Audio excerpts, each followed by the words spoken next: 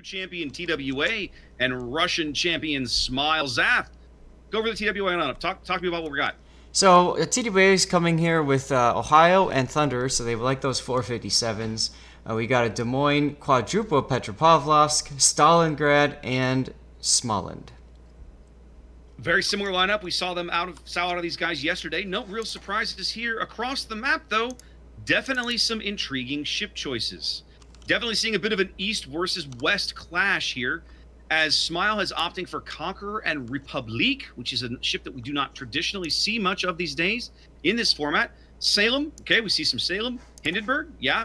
Double Nevsky. We've seen some Nevsky before, but not a whole lot of it. It pops up from time to time. A Petropavlovsk, not surprising. A Kleber, similarly not surprising. And a Yu Yang Zath. Now, I was having a conversation with some other competitive players over the last few days, and they mentioned to me something that Smile does. I don't believe that is a radar Yu Yang. I believe that is a smoke Yu Yang. Mm-hmm. Talking about how they had previously seen these guys pair up a couple of Nevskys with a smoke Yang, because of course the Pan-Asian smoke Zath is moderate duration but very short cooldown. So it allows them to be a little aggressive on occasion with these Nevskys by laying a smoke screen out in front that they can then fire through. Well, and we did see a radar Yu Yang yesterday, or sorry, smoke Yu Yang yesterday as well on Land of Fire. Did indeed. Medzuko's Kleber already onto sea, drawing lots of hate, doing a good job of dodging most of these shells, but of course you can never really dodge everything. He's going to take some resets and some damage for his trouble. Yeah, interesting. He didn't go for the safe spot. Instead, he's allowing himself to back out if he needs to. He doesn't want to get stuck on the 9 line. They cannot see him anymore. They're continuing to fish for him in there, but that's fine. They do get a blind reset and a fire. Yes. Well done by IKEA. That's a little surprising. This is what separates the top tier clans from the not so much, is the ability to just say, you know what, we got nothing else to shoot at. Let's just try to see if we can fish and get lucky. Yep. Really, really good shot by IKEA there. He does get lucky. But Smile is going to pick up the C cap here. There are no other radars in range to pick him up definitively before he finishes capping, but it does cost him about 40% of his health for this early cap. RG-sama seeing the Yu Yang torpedoes now. Obviously, they know where the Yu Yang is. So we see now Smile going super wide on the left flank with Hindenburg, double Nevsky, and a Yu Yang. I think, Zath, we're going to see a little bit of maybe some kind of depth snailing kind of up this side of the map, perhaps. Oh, absolutely. Shock me anyway. Absolutely.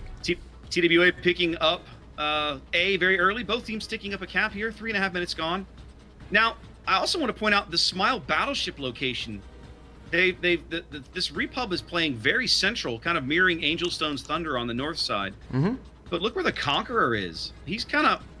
I think they're going to use this Conqueror to try to hold back this kind of traditional 9-10 push that you see out of these EU teams. Yeah, well, I mean, it makes perfect sense. As you can see, there's 3 members of TWA heading down to that 9-10 line again. And the Conqueror is a great ship for just kind of standing there and saying, come at me.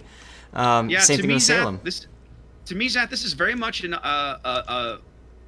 know how your strat works, or we know how you're going to play this map, because they've taken 2 of the tankiest ships they could with the massive... Yes, they're soft, but they have massive heals available to them, and they've stuck them on this flank, and they're obviously going to push very hard on the other side of the map. Yep. RNG-sama coming under some fire there with the Death Snail action. Indeed. Nice radar push by Zirin Smile there. Yeah, Zidrin. Yep, Zidrin's Nevsky right on the front edge, leading edge of this Yu Yang smoke. Now, Russian Admiral is trying... I was going to say, he's right on the edge as soon as... Yeah, I was going to say, when he ducks into that smoke, they just lost all vision. I'm surprised to see him maneuvering back into this smoke, but it's exactly what he did. That cuts off vision for everybody behind him. I'm actually surprised to see him do that. Yeah, that was a bit of a mistake. Got a Petropavlovsk radar now. DNO Gaming's radar going up on RNG Sama. Caught out a little bit. RNG's going to take some more damage. Oh, yeah.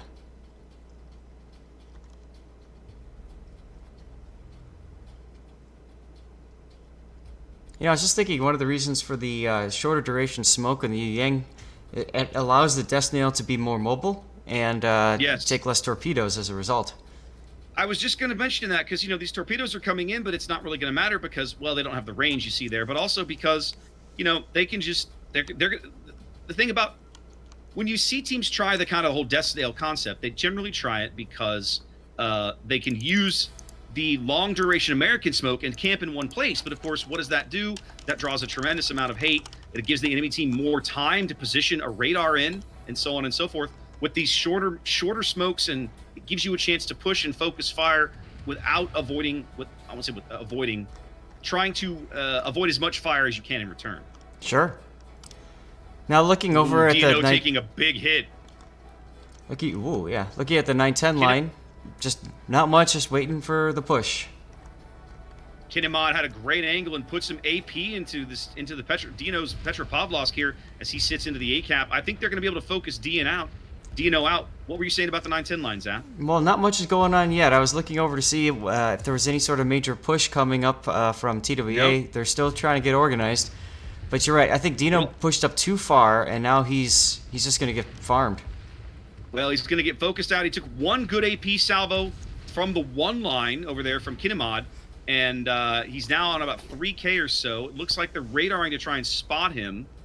Kinemod with probably the only one with a shot. Dino does have some decent cover from Blood Legend at the moment, but if they can get him to light, that could be a big problem for Smile. They cannot afford to lose a ship this early. Certainly not one with that much HP, and he has gone dark. That's huge, actually, if he can stay dark. But here comes the radar from Goat Wizard. Yep.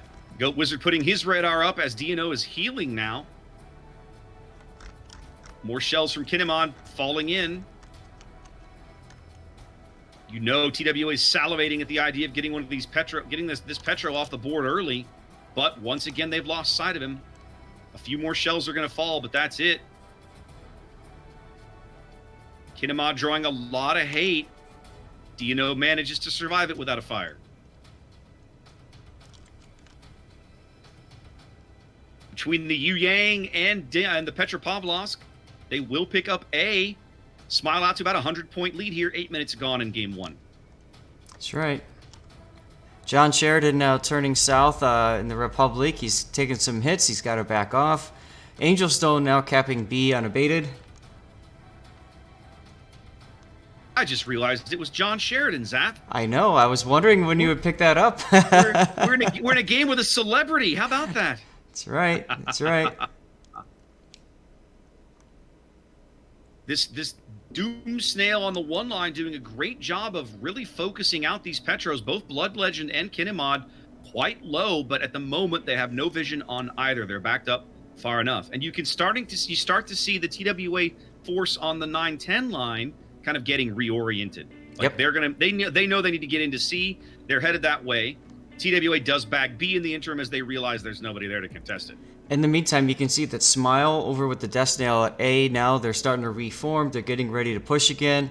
Look at all four of these ships coming back together. Russian Admiral, of course, being the leader of the group there, getting in position and be in the front and the vanguard so he can pop his smoke and just kind of sail up north with the group.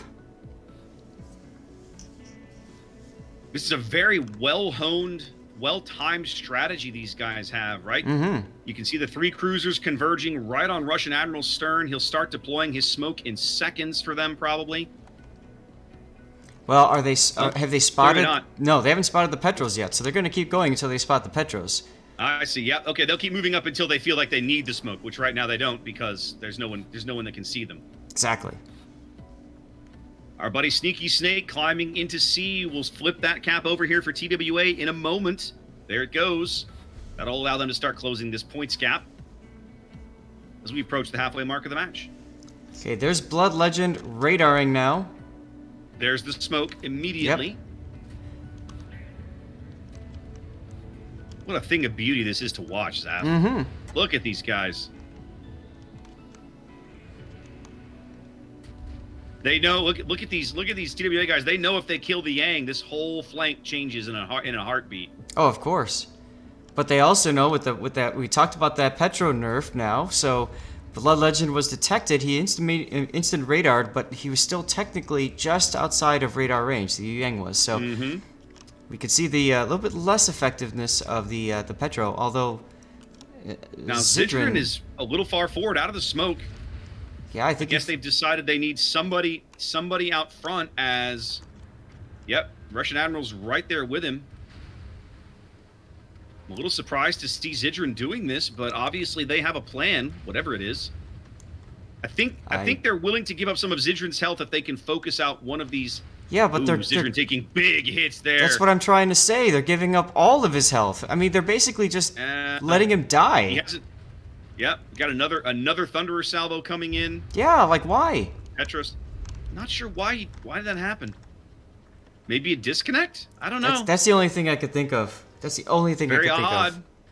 It's very odd, but it does give Smile a 1 kill. Sorry, TWA a 1 kill advantage here and an elite change.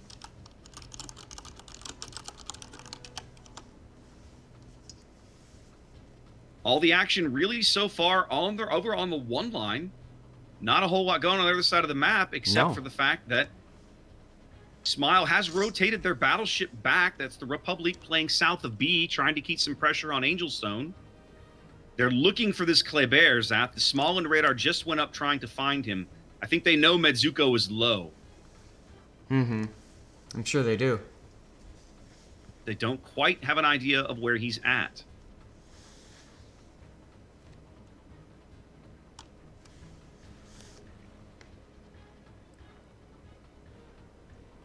I will say, we've been talking about Smile a lot, or at least I have. TWA is playing this game to perfection. They're just giving ground on the A flank, absorbing the hits from the Death Snail. While they pick up, they control B, they control the middle of the board, they swung around, they picked up the C flank, and now they have a lead. That's right, they do. Just textbook game. I'm over on the 9 line taking a look at what's happening over here. Still not too much. WGC Rider was quite low, but of course he's in a Conqueror. Now you can see why they took a Conqueror over there. And so now, trailing down a ship, it's on Smile to make a play. It looks like they're trying to tag team Sneaky, Zaf. Do you see it? They moved the repub out to put shells into his bow, which worked because he's low. Now they're trying to shove Rider up from astern and get a shot on Sneaky's broadside. Yep. Well, I said that, but the shells are actually looking at IKEA. But Rider is definitely pushing this flank.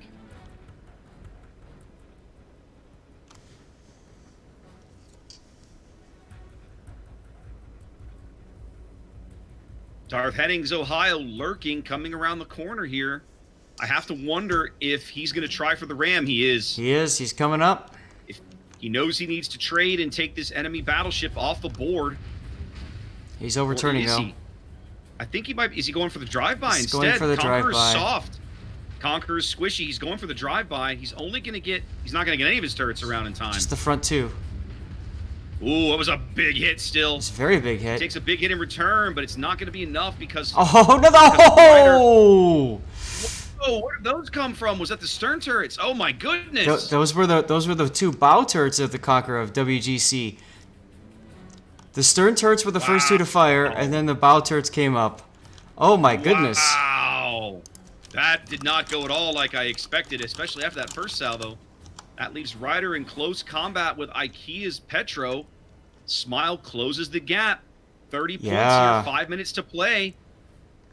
You were talking what a move from Rider. Go ahead. You were talking a moment ago about TWA playing to perfection, and that was a huge mistake.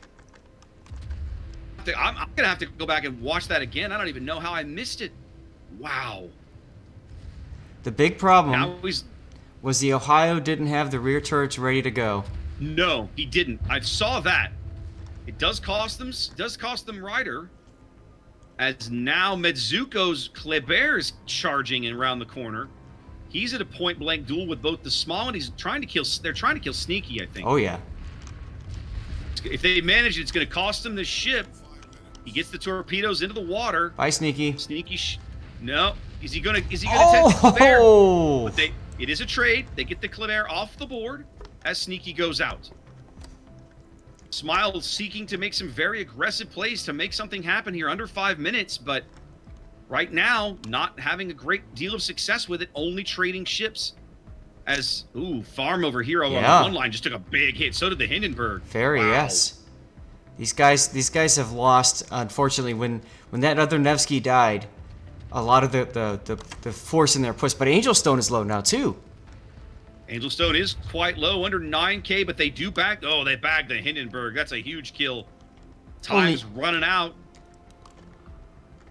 Smile seems to basically be like, okay, we're going to lose this game, so everybody YOLO. Like, everybody move forward. Crazy some of the hits we're seeing. I talked about that yesterday, right? When you said, what do you do at this point? Charge. You turn around and you push. Hyper-aggressive.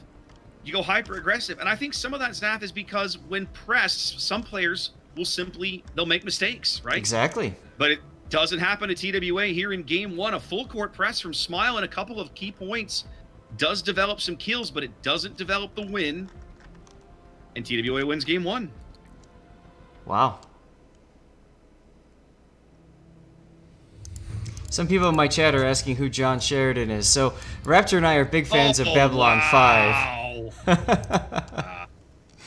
I feel old, Zach. Too much fun. Oh, I got to set this thing up. Okay, so I got to set that, and that.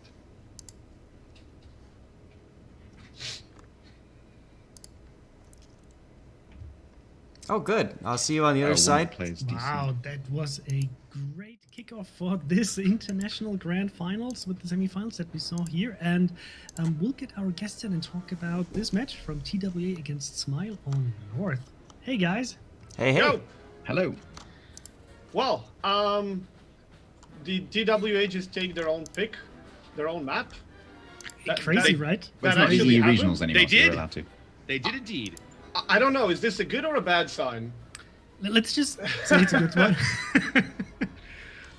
I gotta say, we were talking. Me and Stats were talking about a couple of things. What went wrong here for Smile?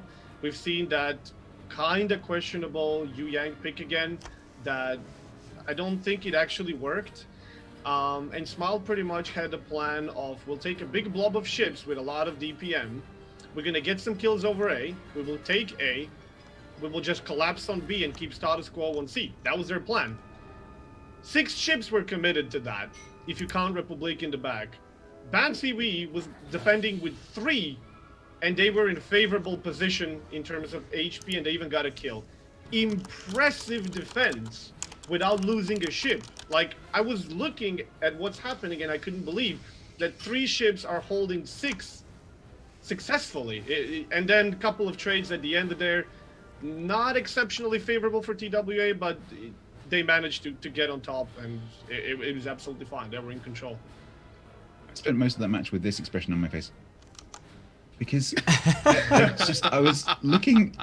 Because BANCV was set up in such a way to receive that push, which I think they were expecting, because Russian teams tend to do that heavier on one side tactic. Yeah, and Smile was known for this, yeah. Yeah, and they just kind of flexed above A and kind of spread out to get the angles. But then Smile just pushed into the kill box, especially with that Nevsky just driving out of the front of the smoke and just going, yo. I think he disconnected. That's what we were thinking. Oh, was that the player that disconnected? We think he disconnected at the wrong time, and so the game doesn't know. He just keeps doing what you were doing last. Now that makes sense. Ship does not continue going when you disconnect. It does for a little while. It does for a little while. Absolutely. Yeah, that's true. It does for a little while. I mean, if you're going, it'll keep driving around until the server registers you disconnect. Then it turns off your engines and you just sit there. Anyway, I don't think it would have made a difference, because you're taking 3 ships, Hindenburg and 2 Nevskys, that can't push without a smoke. Right. In a smoke and if the smoke is there, you've got 3 radar ships opposite you. And so you can't push them anyway, because you can't push into the radar range with the smoke. So how do you intend on pushing with 3 ships that can't push? To me, the short version is what we just saw was one team came in, Smile came in with a very well-defined, well-oiled, incredibly well-executed strategy, and TWA had obviously done their research and come up with their way to just say, no, guys, we got this, right?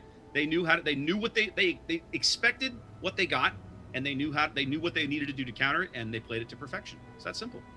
Yeah. And that even with like two mistakes I would see on TWA side with not being able to convert the kill with the Petro, because the Petro survived with like He did. 4 to 6k health. And He then I really think that the Ohio getting blapped by the Conqueror was a huge misplay, because Darthening, he should have been aware. He saw that Conqueror pushing around. He didn't have the rear turrets available. He only had the front turrets.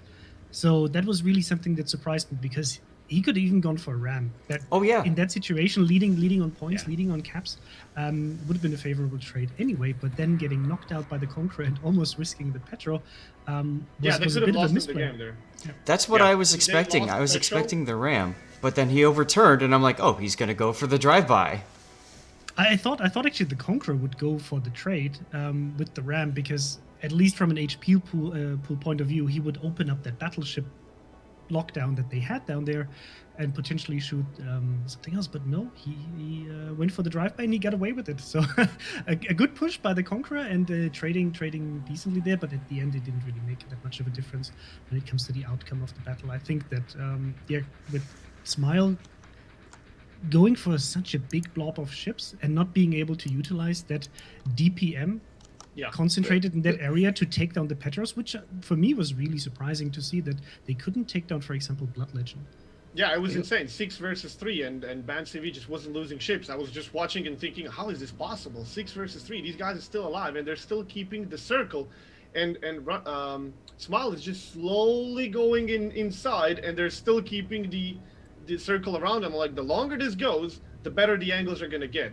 And when Nevsky steamed outside, you just saw just how fast he got killed.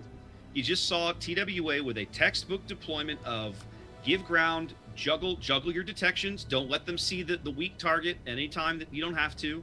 And it was just incredibly well played from both teams. Smile executed their strategy perfectly.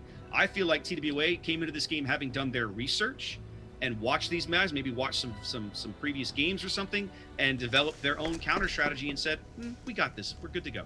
I honestly hope that's not how perfectly executed strategy looks like, because that did not look perfect to me. No, okay. You misunderstand what I'm saying. Tactically, there were errors. We talked about those, right? There at any game, because it's played by humans, there's going to be tactical errers made on the battlefield. Of course. But at the strategic level, the ship deployments, the plan they went in with, where they were going to put things, how they were going to deal with the smoke push, they had a plan, and that was well done. Why Republican? Why stick the Republic in the back sniping? That makes no sense to me whatsoever. Sorry, guys. I just see that the teams are readying up in the background, so we'll have to move on to the next match in a second. Interesting ship choices. But do you think that Smite is going to change anything up for the next match, because that's going to be their own map pick on Land of Fire? Oh, absolutely. No. They're going to have something prepared for sure. Oh no, actually, Tears of the Cruiser. Tears, yep. I wonder whether we'll see a nosing cruiser down on the 10 line next to that island on the border again.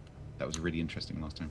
The one thing Smile needs to do is, if they're going to push with that Destiny, if they do that tactic again, they have to push one specific side of the map, not towards the middle, like what Flambass was saying, and get themselves surrounded. They have to push on one end and work their way in. It would also help if they would do that strategy, how that strategy was initially designed, with 2 destroyers and not just 1. I'm guessing that's why they decided to go in for Yu Yang, because faster cycling of smokes, but you're too slow, kind of. When you take that amount of ships, you really need to get in relatively fast and start putting ships down. And it took longer than it should have, and they didn't manage to put any ships down. And then on top of all of that, they actually lost a ship. Yes, indeed. Yeah, curious. I'm really curious to see whether they're going to be sticking to the Yu Yang strategy, because I've seen Smile deploy this not only on one map, but on several maps.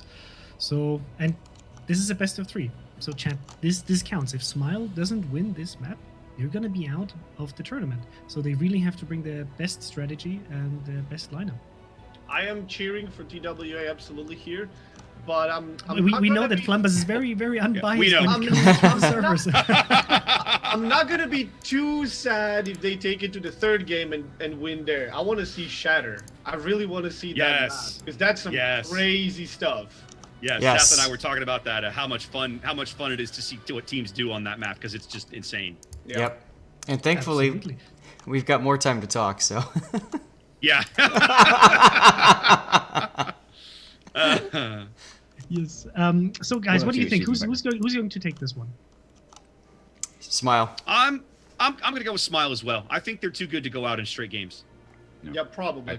I think TWA have got the flexibility to counter their heavy side push tactic. I think Smile might take this battle. It's their ground. I'd be shocked if they lose 2-0, to be honest. Same. So my gut feeling is TWA is going to take this, even though I would love for Smile to take this map, so we get to see a third match. But I was really impressed with TWA, and I think they are in a really good shape today. So It's a Mr. win-win Conway, for us. you wanna give us your guess? I think Smile's going to take one.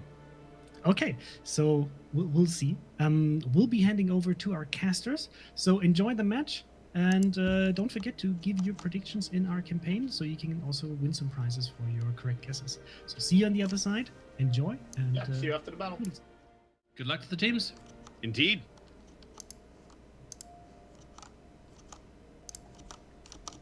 All right, here we go. Indeed. All right, Zaf. Take us in. Talk to me about the Smile lineup for this game.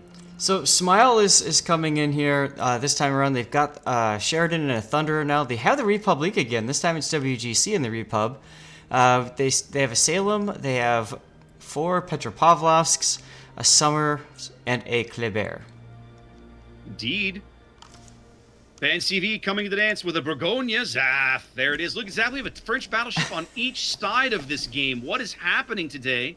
And I think we're having a reset because TWA is assassinating one of their Moskvas. Yep. And we're already going back to the training room. Fabulous. Okay. That was unusual. Not what I expected. Oh well. I think we had, I don't know if it was server fail or what happened there, but we'll give it back. We'll get back into that in a minute. But yeah, there was a lot of Petro in that game, Zaf. That was exciting. Yeah, it was extremely exciting.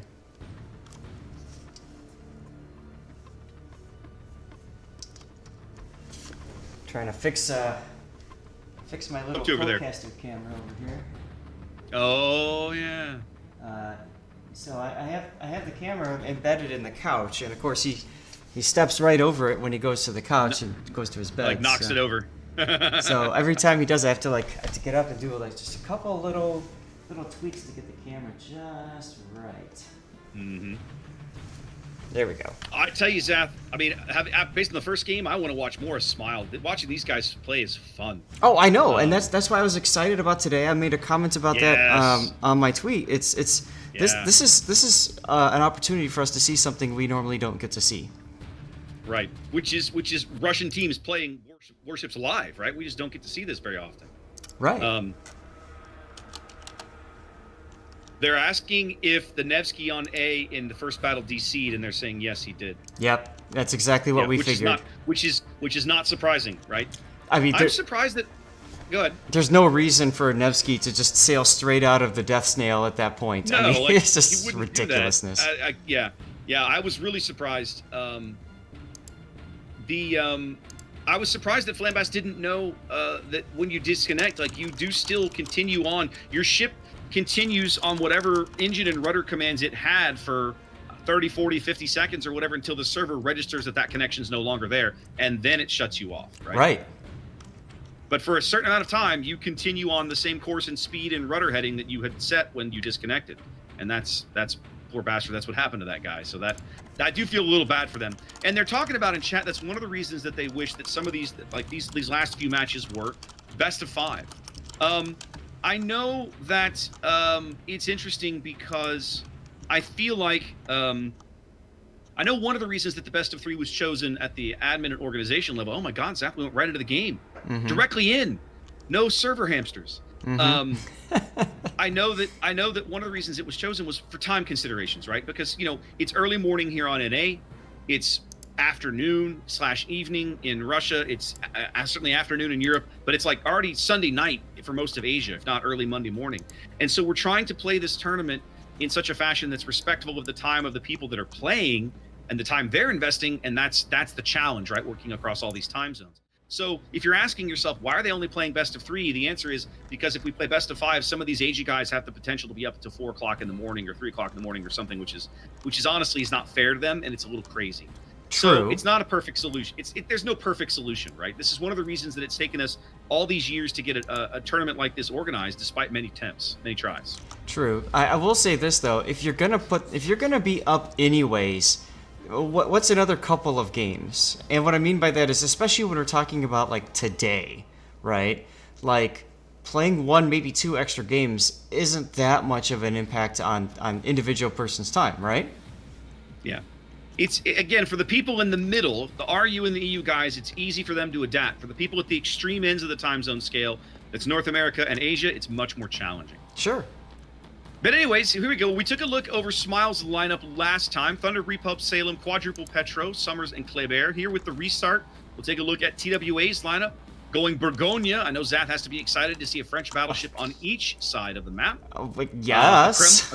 A Kremlin, 5 Petropavlovsk, rounded off with a Moskva, and RNG Sama's Smolensk. Yeah, we said before, if you're not quite sure, just add Russian cruiser. So that's add more Petropavlovsk, right? There you go. There's the right way, the wrong way, and the Russian way, which is just the wrong way with more Petropavlovsk. We see Fairy Smile driving directly into B, already going to pick up B very quickly, ducking behind that island. I don't think they have a Petro radar able to catch him and do anything about it. Let's have a look here. Blood Legend could radar him, but they won't have shots, so it's pointless. Which they do now. There goes the radar, but there will be no one able to get shots over that island. It's a giant waste of their time. Absolutely. So Smile will pick up B very quickly. Well, that's what you bring a Kleber for, right? It's to get into positions that are relatively difficult to get to, and then be able to hold those positions once you're there. We saw VOR do that yesterday to great effect.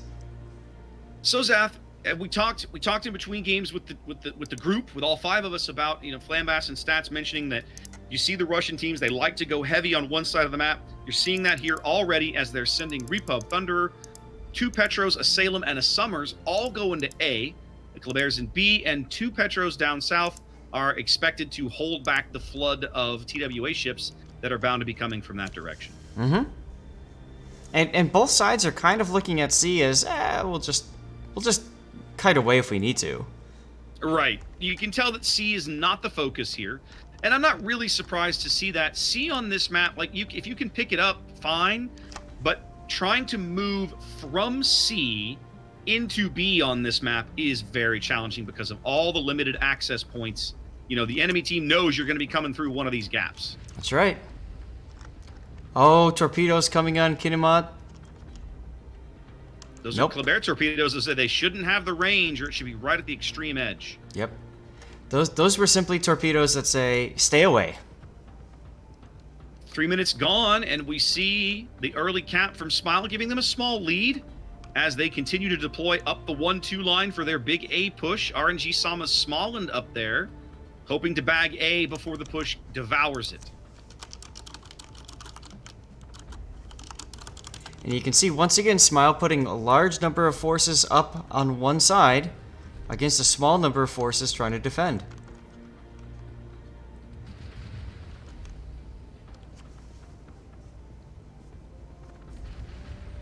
RNG Sama must have a radar up. They're getting some good damage into Russian Admiral Yes. here. Taking away about a full third of his HP for that trouble. That's not RNG Sama, that was, I believe, IKEA's radar. Okay, I'll say there's 2 Petros up there, so somebody definitely had a radar up. RNG Sama trying to smoke some of these Petros, smoke some of these ships on the one line. That's Ozai's Salem, Zidrin's Petro, all the way into that corner. We continue to see, Zath, we continue to see how well TWA has researched their opponents. Absolutely. Now, this particular smoke on this map, we always talk about this, is you have to win this corner of the map. It's kind of like one of those do or die situations. You can see both teams are trying to get assets over there. You got IKEA and Sneaky, well, actually IKEA now and RNG making their way over there. Sneaky is kind of set up in case they fail and he needs to kite away. And then you can see Smile using that Death Nail smoke to get these cruisers in position. And look at things from TWA's perspective. For the moment, they have no vision on anything. They are contesting the B cap. They've moved Blood Legend and Angel Stone. Well, the Blood Legend is in the cap, Angel Stone right on the edge of it. As now they pop a radar to try to see if they can fish Fairy Smiles Kleber out of that cap. Yep. A little bit of trades going on south by C cap. Goat Wizard taking some hits. Lots of shells. Not much. Actually, Goat Wizard has taken some decent damage, hasn't he? Mm-hmm. I was about to say not much damage, but that's actually not true. Here comes some more firing now. IKEA detected. Looks like Dino is firing off at him. IKEA pops his radar. They want to look behind that island. They want to know what's going on. Should Some be of no those surprise. cruisers. No, but some of those cruisers potentially vulnerable to Darth Enning's Kremlin. In fact, he's got a salvo in on Riders Republique right now, but it looks like it's going to fall mostly astern. A little bit of damage. Yep, Repub's got, looks like his engine boost going. Probably does with that smoke.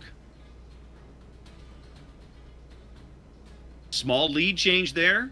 We'll have a lead change in a moment. Apologies. Because TWA taking up the A cap. Smiles B cap. Early cap of B not going anywhere.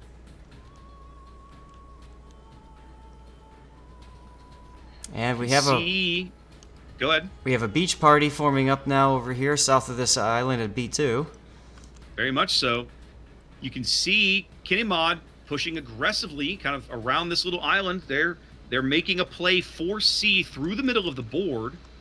John Sheridan's Thunder has rotated back and is able to put some damage into Kinemod. Nothing catastrophic, but, I mean, a big hit, but nothing like, game ending. Mm-hmm. It's okay, he's reloading. What is Kinemod this? now safely into cover from the battleship. Ryder now turning away. I'm surprised at this. I thought he would have gone straight for the Petro and just penned him in the rear, but I think he's afraid of Darth Ending's Kremlin. I don't think he should be. I think he should just be going for it. Yeah, maybe. Looking for a shot on Sneaky with those big Repub 431s. He gets a shot. Doesn't Not get much. a tremendous amount of damage out of it. Kinemod's push successful. He's in the position they wanted him, and now he's able to sneak through the middle of the map with about half his HP remaining.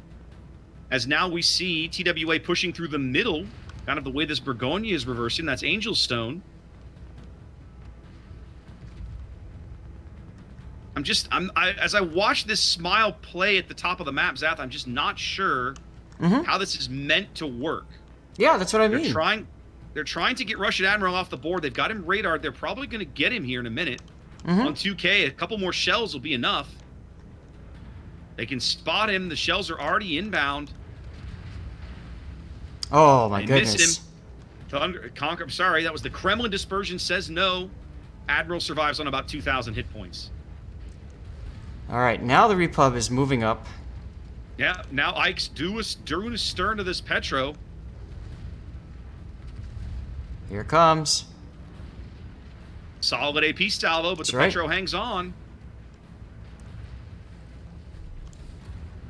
They're giving up a tremendous amount of HP on Ryder to get Ike off the board. They're going to get him right there. The secondaries yeah. seal the deal. First kill going to Ryder here at the top of the map. But at what cost? I mean, Russian Admiral is so low now. Yeah, the next radar that spots him, he's likely going to be dead. Right, Ryder's pretty low as well. So a lot of their push capabilities have just been destroyed. Does allow them to push Zedrin into A. Smile will be able to recoup some of their cap points here in a little bit. While all of that's been going on, the TWA push at C has been successful. They have bagged C as they continue to drive the couple of Smile ships down here back off the cap. They're trading very well down here, actually. Well, and Ferry is in a really bad position now. He's pretty much going to be gone momentarily here. As Angel Stone is just... They're hemming him in here. They're taking away all his potential escape routes. Yep. And here comes Angel Stone with the Burgonia. Yep, Angel Stone's Burgonia coming around the corner with the HE loaded, I'm sure. No, Nope, he's got the AP. AP loaded. He misses almost the entire salvo. Ferry puts torpedoes into the water as Angel Stone begins to maneuver. But now he's hard lit on the surface. Fairy pretty much can't escape. Yep. Another AP salvo. This should do it. That it There did it it. was. All that AP bites in as TWA picks up a kill of their own. I gotta say, I feel like TWA has far better positioning right now. They do. They absolutely do, Zaf. They're going to own. I mean, there's no way that Smile will ever get back into C. And I feel like they're going to struggle to get into B. They've already got RNG Sama there ready. He's got plenty of support nearby. Look how many ships TWA has around the B cap. Right? It's going to take Smile several minutes to redeploy any assets down there to do anything about B, and they can't do anything about C already. It's too late for C. Yeah.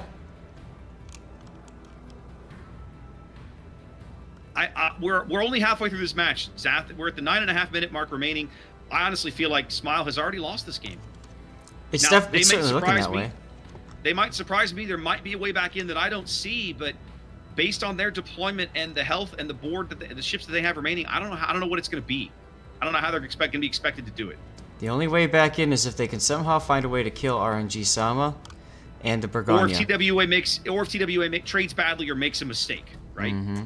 This is, in my mind, this is absolutely TWA's game to lose. They have a cap lead. Both teams down a ship, but TWA in firm control of B, and with enough ships around the cap, I just have no idea how Smile's going to get back in there. Yep. John Sheridan trying to get out here with his guns. He's had no shots on anybody for a very long time.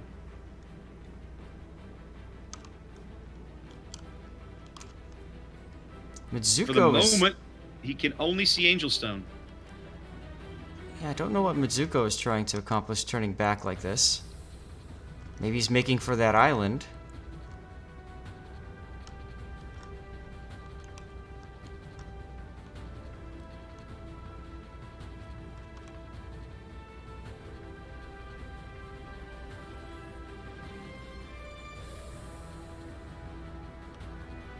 Okay, Sheridan finally able to get some shells in.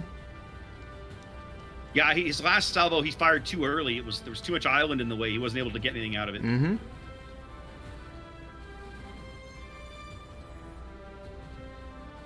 Well, Angel responding.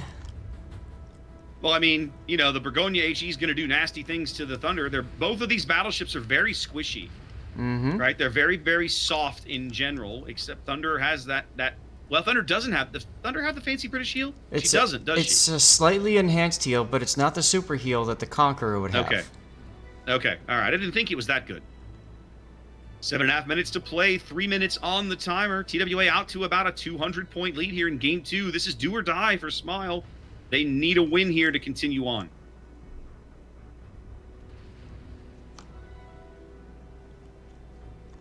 Angel Stone finally in position on the south side of the cap. I'm kind of waiting for the infamous Smile aggression to finally show itself. We saw some of it in Game 1, right? They got down to late. They realized they needed to make a play. It was like, just push, get a kill. Force them to make a mistake, get them on the back foot. But at the moment, I'm just not seeing it. They're turning Ryder around. These guys at the top of the map are so isolated, Zach. Yep. They're not in a shootout up here. Yep. Well, that's the idea, right? Like, TWA said, fine, you want the island? Take it. We'll just leave. We'll go find another island. They're taking his shot at Angel Stone all the way south here. But Angel's got pretty solid cover now. I'm really surprised. I'm really surprised Mitsuko didn't come around that corner there. You're talking about the aggression that we're expecting to see out of Smile, and that would have been a good play. I feel like they need to push Angel Stone if they really want to kill here. Exactly. Well, they're driving him back, and there is a Petro south. This farm down here, who if he boosts too far back, will have a shot. Taking a shot now, but not getting anything out of it. I mean, I would have thought Mitsuko would have come around the island and then just surprised Angel Stone from the side and just blapped him while Angel Stone's trying to turn his turrets. Well, Angel Stone is low now, under 7K, and falling. So you know that he's the pick right now. Oh yeah, 2K. Smile needs this kill. They need this kill desperately if they want to stay in this game. 1,200 HP, more Thunderer shells inbound. And there he goes. Smile takes a ship lead, but for the moment, it may not be enough. They've got their board position is tenuous at best.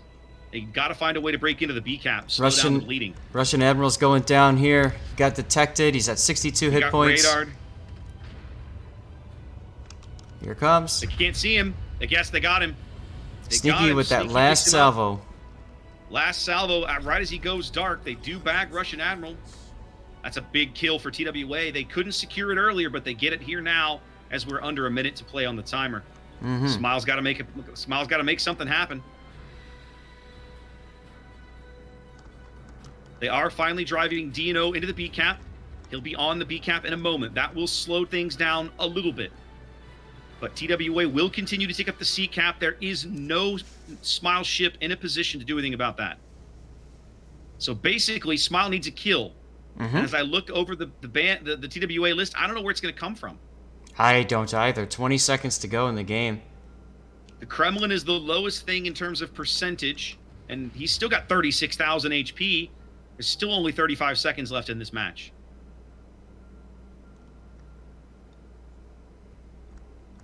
TWA is going to sweep these guys out, Zath. I'm really surprised at that result. I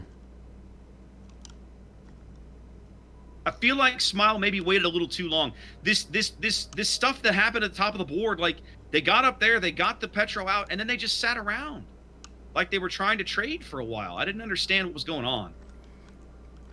I still don't, if I'm honest. Yep, I think they were just trying to reset themselves, and it just took too long to reorganize. TWA sweeps these guys out of the tournament. They're going on to the grand finals here at the top of the bracket.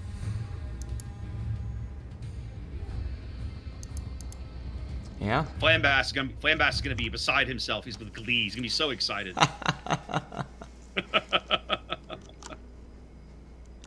Well, I guess we should go rejoin them. Well, I'm gonna overlays updated here. Mute guest button, please.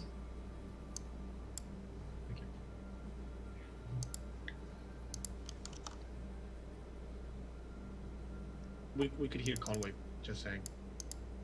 Sure.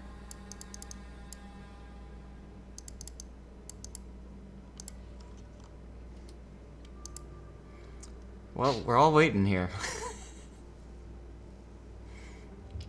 Congratulations to TWA for winning this one. Very well played. And we'll bring our guests in to talk about this very decisive win by TWA. 2-0ing Smile out of this tournament. Wow. I am very impressed with performance of TWA today. And from what we have seen, me and Stats have already been talking about, LAIR, I believe, was the team that pushed enough out. Seemed like, I don't know, better? They seemed a lot more dangerous and fearsome team.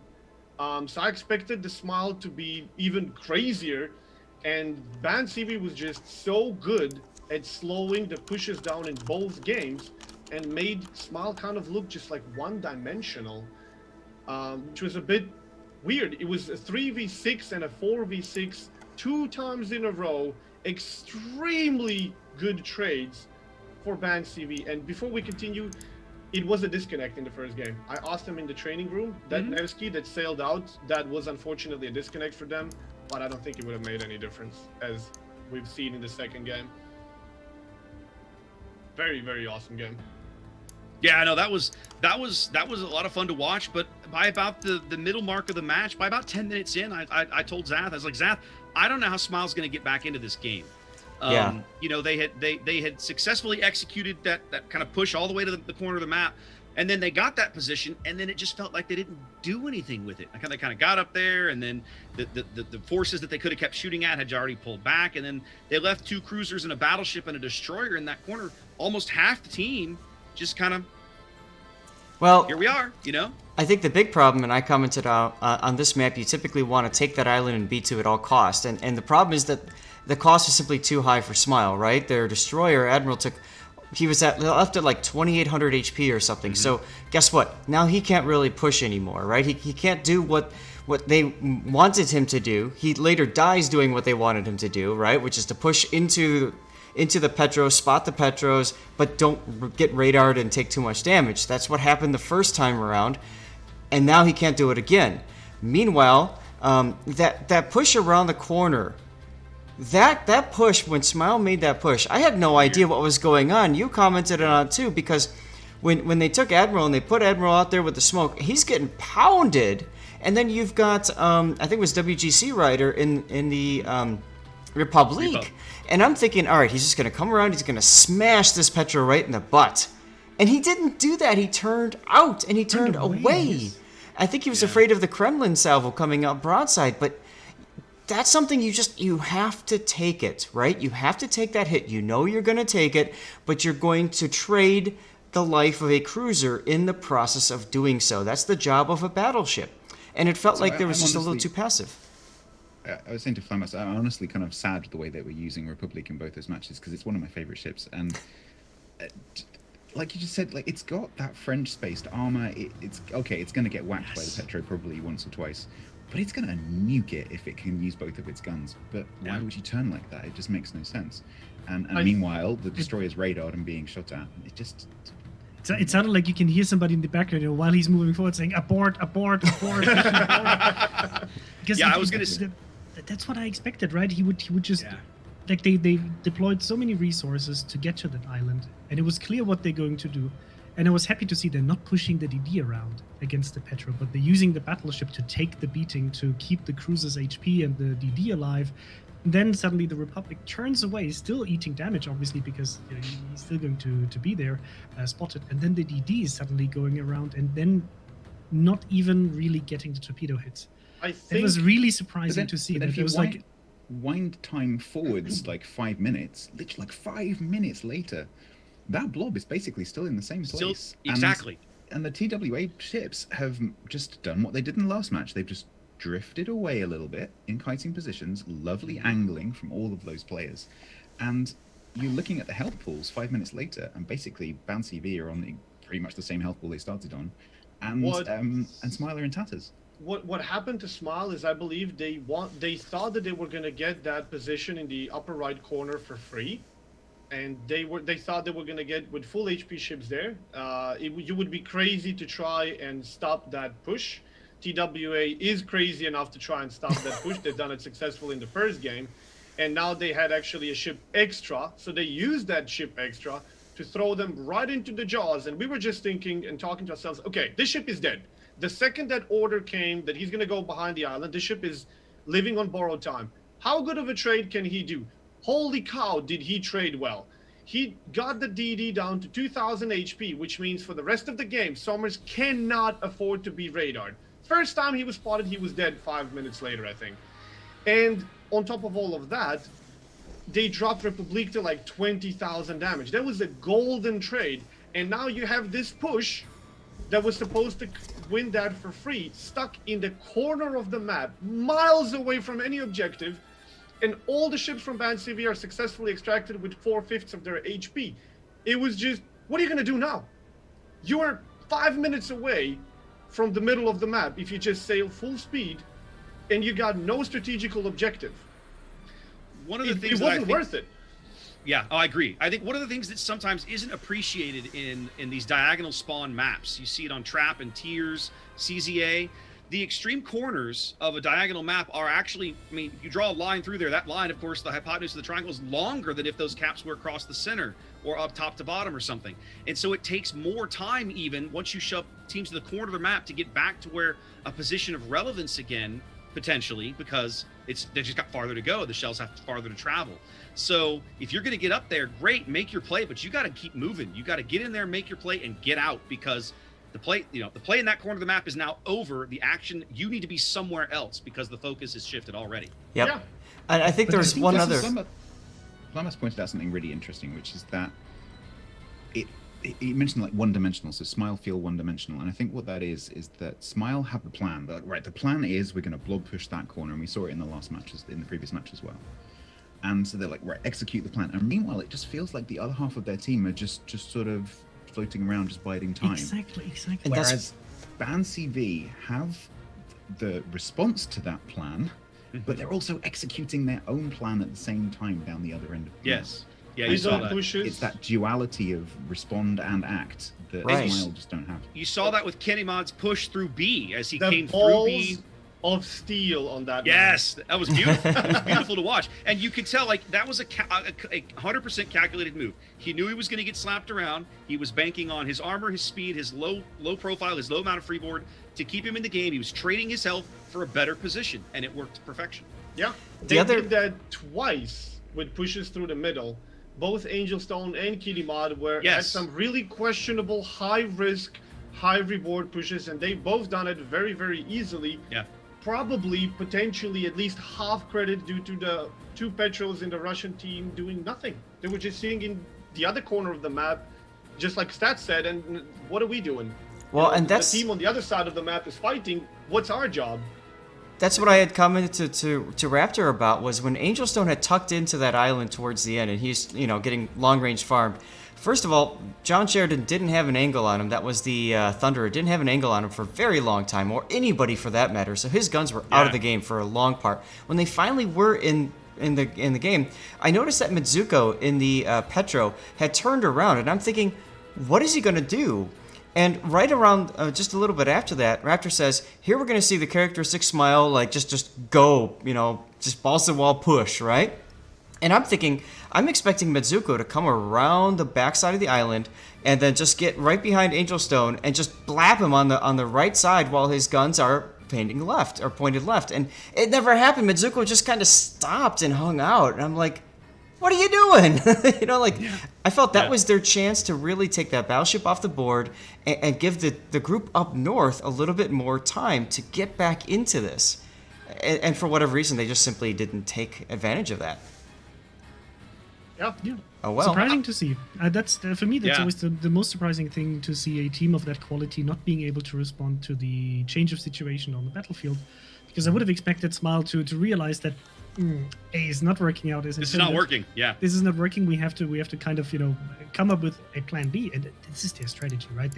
They know also how to usually how to switch away from this and switch the attention to a different area, but it never felt like they can really punish TWA for the moves they've been making. So, well, very well played by TWA. I unfortunately I had to guess it right, but they seem to be in very good shape today. We don't see Shatter. Dang it! That's the only thing I'm sad about. Unless it comes up because they haven't done the picks for this next match yet. So That's true. We might get it. Yes, I do remember talking to a bunch of highly competitive players that been playing way after I basically stopped playing competitive, and a lot of the players are not huge fans of the international finals because we're used to one meta. We know how this works, and now you're throwing us under the bus against a completely different meta, against a team we've never seen and never played against, totally different tactics.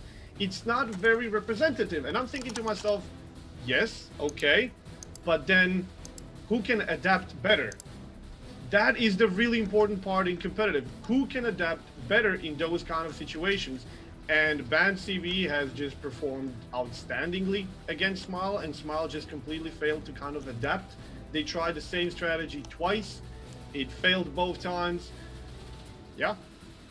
GG, well played to BANCV. Yes. By the way, I have the survey results that we had for the prediction campaign. So, and apparently for TWA/BANCV, first place, 55% of players thought TWA is going to win the international finals. 23% think they're going to be in the second place, and another 21% think they're going to be on the third place. For Smile, 35% actually thought they're going to be winning this. Then we have 30% for second place and 34% for third place. And LAIR, only 50% thought they're going to be winning, and for VOR, 17%. And here's the interesting fact. For the other semifinals, VOR actually kicked out LAIR. So we're going to be seeing TWA play against VOR, and the two CIS teams that have been qualified in the semifinals are not going to be moving on to the finals. So, well played. It's a bit shocking. It's a bit shocking, honestly. The performance we've seen from the second and third Russian team at the beginning of these internationals was outstanding. It was like, oh my god, we're going to get rolled over. And then today, not so much. Agreed. Yep. So what do you expect now from TWA versus VOR? Because VOR has been playing in the EU King of the Sea, in King of the Sea 10. and now is actually playing for SEA again, their actual home server.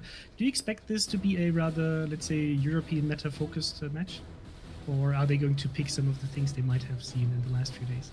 That's what I expect. I expect to see a little more traditional kind of European style game. We saw a little bit out of them when they played against 07, right? We watched the 07 match yesterday.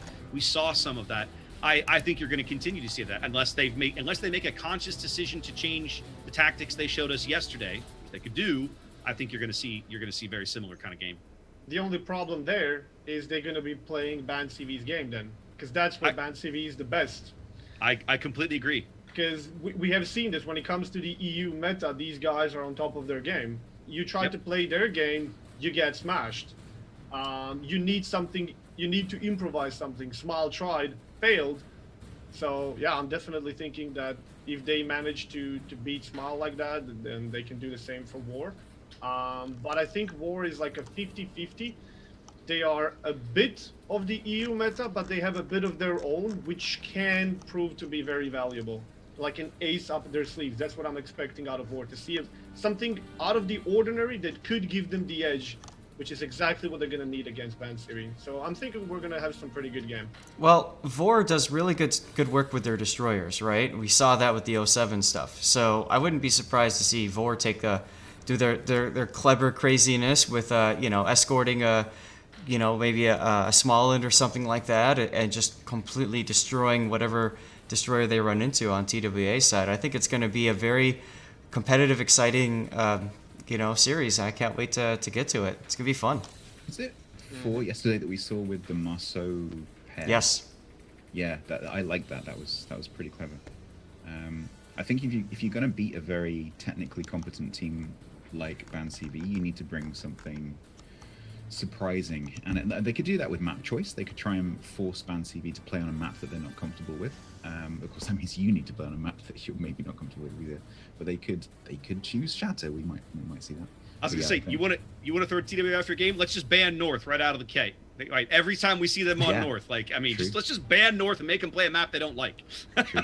I bet that genuinely can work. I mean, these teams do practice, but they're probably going to practice some maps more than others.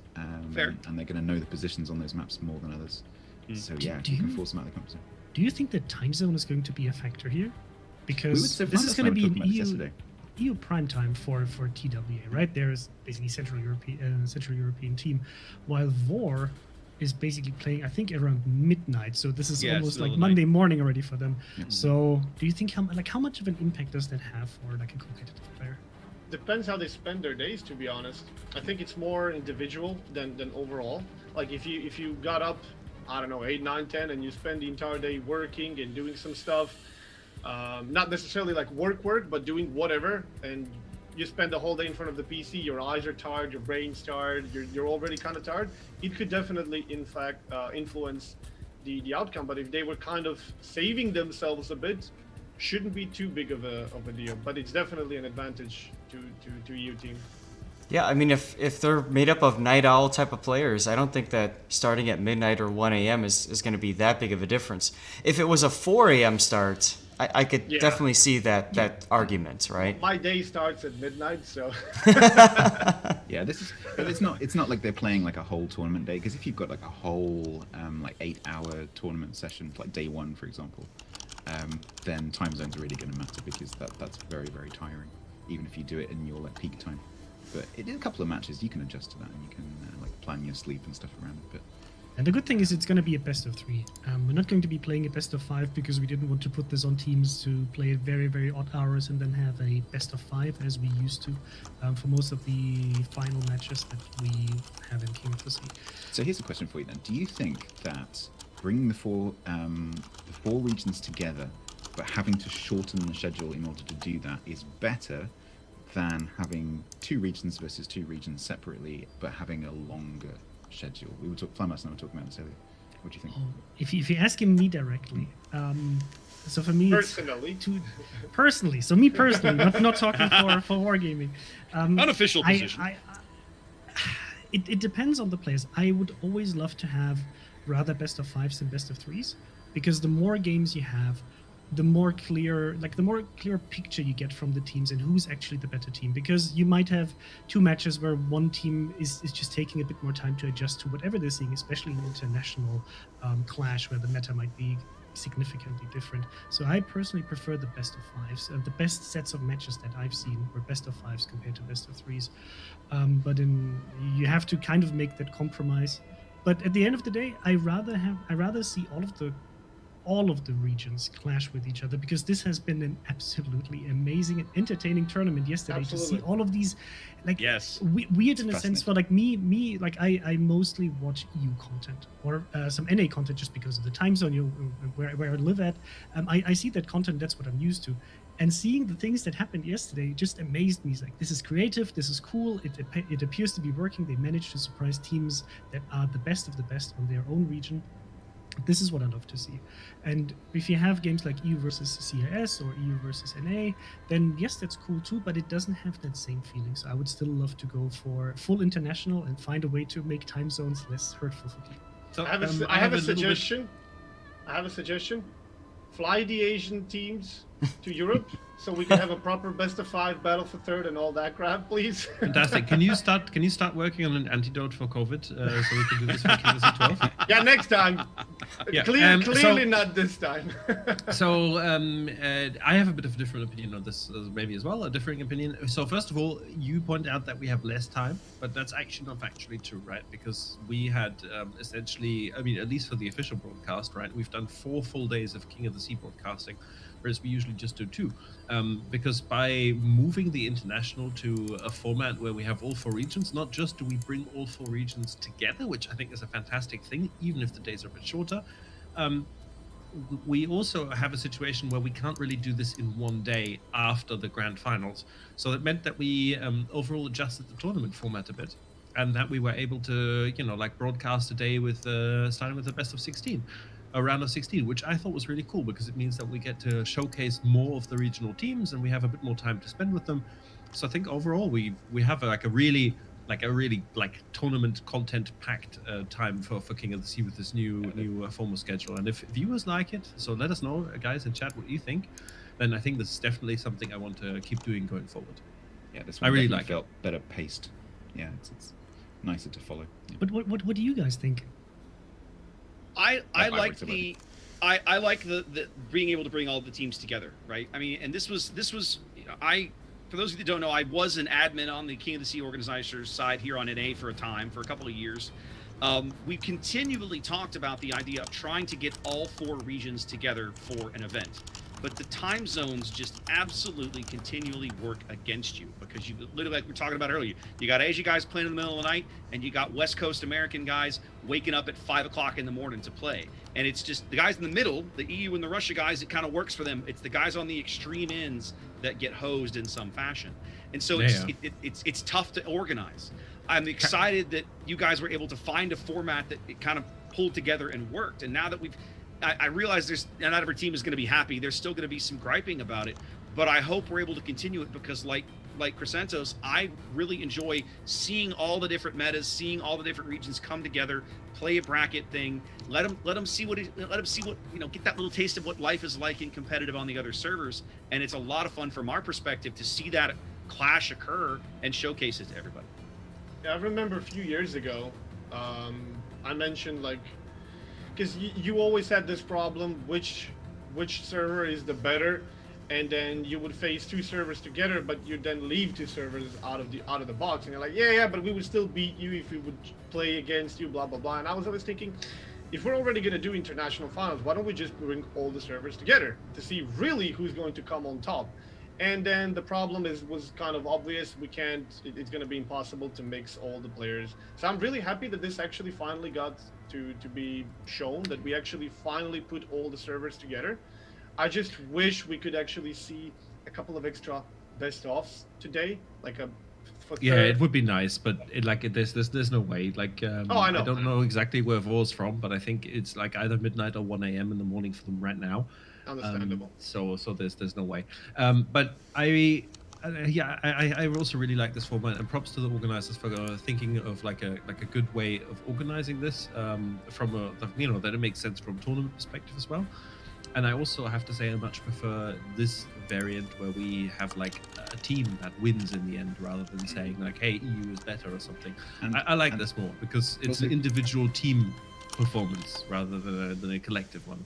Also, So- thank you to the teams as well, because although the CIS and EU teams are playing at kind of nice time, as Raptor said, the periphery, they're playing at kind of awkward times. So thank you to those teams especially. Yep. Because you got up early or stayed up late to play. So thank you very much. We appreciate it. Yep. I think VOR is a Chinese clan, but I'm not entirely 100% sure. But I think so. I will say, I enjoy this format as well. I'm glad that we've got all 4 servers together. When Raptor told me about that at the start of the season, I got really excited. And it was interesting yesterday when 07 got knocked out. There were some comments in our clan saying, are Raptor and Sath going to cast, the next day because there's no NA teams? And it's like, damn right we are. Like, we're not here just to cover the NA teams. We're here to cover the tournament. And for us, wherever that leads, you know what I mean? Like, you just, that's how it goes. And I think it's really great to be able to see all the different metas, the different comps, the different plays, the different ways of thinking. It really makes this something special and something that's very unique. So I'd love to see this kind of thing continue and grow and expand. And we were talking at the top of our stream. I had asked Raptor. I said, how many teams have been playing, in King of the Sea? And what was it, like over 300? Just under 400? Yes. 386 teams across all 4 regions, and when you add that up, 12 players on a roster, it's almost 5,000 players. That's huge. Okay, I'm getting live information here, by the way, on the picks. The team captains have just completed them. So game 1 is going to be on North, TWA's pick, or BANCV's pick. Why would you not What a ban it? surprise! What a surprise! Well, neither of the teams banned it. Of course they didn't. Four picked South Spawn for this one. Second game is going to be on a Land of Fire, with TWA picking the Alpha Spawn, and deciding is going to be Crash Zone Alpha. Interesting. Interesting. No Yes, shatters! indeed. So sad. Womp womp. Sadness. All right. That should be a really good set of matches. Okay, and I think that means I should give Flamu a ping. There are no- because the room should be up on Phasey. Yeah, but there's Yeah, no we're players already in in. the room just yet. And it's currently set to 2 brothers, which I would love to see. Oh my god, please make 2 brothers the map in King of the Sea. We need this. 2 brothers epicenter. Let's go. It used to be, actually. Chrysanthus might actually remember this, but like 4 or 5 years ago Yes, in Omni, yes, we I were remember. playing Tier 8 12v12 trainings against other clans on 2. I remember the ring around the rosies. Oh yeah. Good I old times, yeah. wish we would see this map. Yeah. So, but also, chat. Let us know what you think about this format. Do you prefer the 2 servers clashing with each other, or the full international clash of this King of the Sea? We always try to, change things up and see what works best, because it's like a living, breathing thing, and we like to make this bigger with each single iteration of the tournament. And I think we've been doing a good job so far, and everybody seems to be enjoying it. Whew. Yeah. So keep in mind, chat. Twitch drops are still working. If you received your Twitch drop for King of the Sea already this weekend, then you won't get another one. It's 1 container for this weekend, and that means if you did all of the missions and you got all of your King of the Sea 10 and 11 Twitch drops, you should be done with the full collection and have your tier 7 premium container. But if you didn't manage to get all of the containers, don't worry, there will be more chances in the future with upcoming King of the Sea tournaments. I see always the questions like, oh, when is the next King of the Sea happening? We don't know yet. We need to align this with the organizers. We need to take a look at our calendar for clan events like clan seasons, because we don't want to, overlap with clan seasons wherever we can. So it's always a bit of a, challenge for us to find a decent time slot for King of the Sea. But usually we have 2 King of the Sea tournaments per year. For most of the times we had it in spring and in autumn. So that's roughly the time we can be looking forward to this. Maybe March, April. And yeah, the prediction campaigns have been closed, but we will still ask you, who do you think is going to win the first match? Because at least from the predictions, we've seen TWA being heavily favored by you guys in terms of winning. I cannot blame you for that. because they have been playing a very, very decent lot of warships in the last few days that you have been seeing on the EU regional finals and the international stage so far. But VOR has been playing very decently too, so we'll have to see. Mr. Conway, do we know how far the teams are already? They have not yet joined the training room, so I think the answer is not yet very far. Not yet, okay. Look, we asked them if they want to move it ahead a little bit to minimize the break, and obviously because our Asian friends are playing very, very, very late. But they said both teams said they need a few minutes to discuss tactics and do something right. I mean, obviously this is like a really interesting matchup because it's completely different metas. They haven't played each other in a long time, I think, if at all. So I'm sure there was some quick googling and research to just like, oh god, what's their lineups, and you know, like. Yeah, I'm sure that a team like TWA has done their like homework on a team like VOR. They've played them before. I'm sure they checked what kind of weird or different things they have been deploying in KFC so far. But I'm sure they're also using this time to potentially go through the VOD and watch the semis against LAIR and see how they played today, what can they expect, and make some last minute adjustments. Picks and bans, ships, yeah, it takes a bit of time. Yes. But I mean, both of these teams are really experienced, and TWA has such a huge amount of long-standing tournament players. They've probably seen most of the things already. Cool. So, what is your guess, guys? Who's going to take the first map? Is that a question? That is a question. I was gonna say, but you have to answer, Seth. Seth, you have to answer. We've seen TW play North so many times. They've adapted their strategy to that of other teams, and they obviously have their own game plan. I'm going to pick them on this map. Like they just seem to have a very well-oiled machine in terms of how they approach North, how they execute it. And so far, we haven't seen any of these other teams that have been able to break in against it. Yeah. I think, although this is a map which BANCV are very, very strong on, we've seen them on this map many, many times.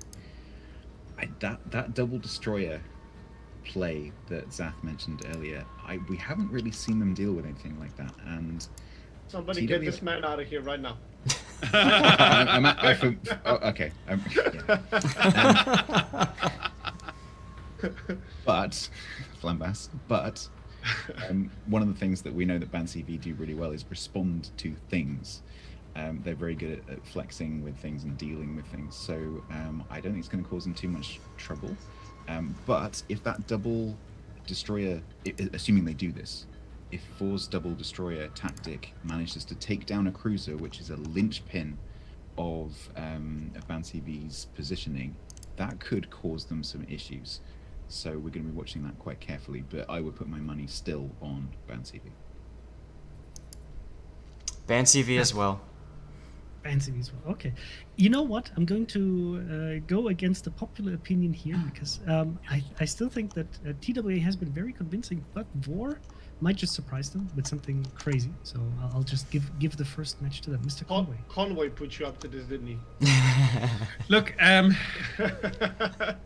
don't know. I'm off today, right? Because I already said TWA is going to lose game 1, and they didn't. They just won 2-0. But VOR have played some fantastic games. I'm going to give game 1 on North to VOR, but only because it's TWA's pick. And I just have it in my gut feeling that this is gonna be a super crazy match, and then I think VOR might just swing it around in some cool fashion. That's at least my hope for this match. And we'll be dropping a little poll in chat where you can just vote on who you think is going to win this. So do you think that VOR is going to adapt in any way to what they've seen from the Russian teams with like an A-B heavy push, or are they going to rely on rather heavier destroyer plays? We haven't seen a lot of TWA relying on destroyer plays. No, but VOR has been more relying on destroyers. Oh, okay. Yeah. But we've seen, for example, LAIR use a completely different setup to crush the rather slow approach from EU teams on North. So I'm just wondering if a team like VOR might just say, you know what? this looks very interesting. We might just try the same thing and see whether we can break TWA with this, because we've seen this already with, I don't know, just taking an example from the EU regional stage that we had, where up until Cheeky Breeky brought like a very Petropavlov strong setup, most of the teams were relying on different setups with very mixed cruiser setups, and suddenly then in the semifinals and finals we suddenly saw this Petropavlov's, the number just increasing with teams trying like, okay, how many can we bring without breaking anything? So I'm just curious to see whether, you know, VOR might just say, you know what, we'll take that one out of the LAIR's textbook and see whether we can apply it here. Well, if VOR's been doing their homework, they know that TWA is going to go 9-10 with 3 ships. So the question becomes, of course, how do you react to that? And, you know, you're right. Maybe they might look at what LAIR did and say, you know what, that's what we need to do. Push more west and mid and make that work before TWA gets into that position on the 9-10 line that they want to be in. The question is, how many assets do you leave behind to distract and entertain TWA in the process of, you know, trying to do a delay action? I think 2 is too many. Because of the layout of the islands, if you act quickly, you can isolate certain groups, and it takes them a little while to get back into the fight. And so, yeah, I think that's called a potential tactic, which is to waste the time basically of those 3 ships that go on the 8-9 line. But you better be ready when they come out, because they will come out. You know? So, yeah, it's gonna be nasty if the C flank is pushing through to B. Mm-hmm. Okay. Right, players are arriving. Their players are mostly already here. We're just, I think, waiting for one more player, and then they need to ready up and go. I think they said in 5 minutes. Yeah, it looks as though they're trying to stick to the original schedule. I think people just needed a bit of a break and a bit of a little bit of time to plot. But it looks as though we're going to be starting as scheduled, which is unusual, incredible, and a little bit annoying because I was hoping to start early. Well, that happens. And chat, I hope you also paid attention to the spectator mode that we have been implementing with the last King of the Sea tournament. So you actually now get to see from one caster's perspective everything that's happening, and the casters can actually switch between the teams, so you can see who is spotted, who's not spotted, and this is why you sometimes see ships blinking in or blinking out when the caster is actually showing how it looks for each of the teams, which makes it much easier for you to follow it, and I think also more enjoyable tournament without having 2 casters trying to show you the 2 different point of views for each of the teams. I mean, that worked for a long time. Is he spotted? Yeah. It worked for a long time, but the spectator mode is awesome. Don't get me wrong, but the traditional way, the old way, is what we had, so we made it work. And there was a bit of an intrigue in just seeing one team's perspective. Agreed. They don't know what the the other team is doing, so neither do you, and you're casting that way. So, yes. But it's also very good to see exactly what's happening. So Flambus is telling us we should remove the spectator. No. We can let me write that feedback Flambus, down. It goes on the with the feedback spectator list. mode. We could do that if you wanted to do it, because one of you just presses 1, one of you presses 2, and then that's it for the rest of the match. Well, what's interesting is we've seen casters that well, now that the spectator mode is a thing, we've seen caster teams that have opted to do that, to do it the old traditional way, and now that we have this mode, the viewers are like, "What are you doing? Why can't I see both teams anymore?" They've already adapted. They're so quick. They're like, "I want to see both teams," and yet for so long, you had people on both sides. You literally had to ask the other caster. You know, I can't count the number of times I'd be like, "Zath, I haven't seen that destroyer in 5 minutes. Where is he?" And I was just about to say that. He's over here. I was just about to say, I really miss that when you'd say, "Zath, where's the Summers?" Or you know. Watch B. Someone's about to blow up in B. Yeah, seriously. They become a. I don't miss that at all. I have to say, absolutely not. And you know what I even miss less is, you remember, like, we had bloody Hoshos, right? Having to line up the perfect torpedo strikes from themselves to get the free camera, and like, it was really bad. And now then you didn't get the flooding. And for the international finals, the devs actually upped spectator slots to 40 temporarily, right? So we have 40 spectator cameras, like free cameraing around. It's fantastic. Love it. Absolutely. And also, you can. I do this once a month. You can actually use this with if you're a streamer with viewers, if you're in a clan with your friends. You know, you can go into the training room and you can do that yourself and run fun little events and stuff. It's great. I love it. It's really useful. but I mean, I was telling Zath the other day, I sat down and actually went back and figured out how many games of King of the Sea. He and I have done over 200 games of King of the Sea together. And so there's always going to be that little nostalgia about, oh yeah, the old days, right? I don't miss having to kill myself in a carrier. That was a pain in the ass. It's great to see how it just progresses over time. When somebody accidentally push the repair and stop the yes, flood, or yes, when you got bad RNG and you didn't get my a favorite flooding. thing that happened is once we moved from carriers to tier 1 themselves to tier 1s and Oh, DPS yes. missing the ramp. Yes, or the time that Zath trolled me by going in full reverse and I had to chase him down. I was like, what are you doing? Yeah, or I think once somebody included a ramming flag and survived. Yeah. Even better. Yeah. Oh my god. Yeah, watching good times. watching the streamers troll each other doing stuff like that was part of the experience.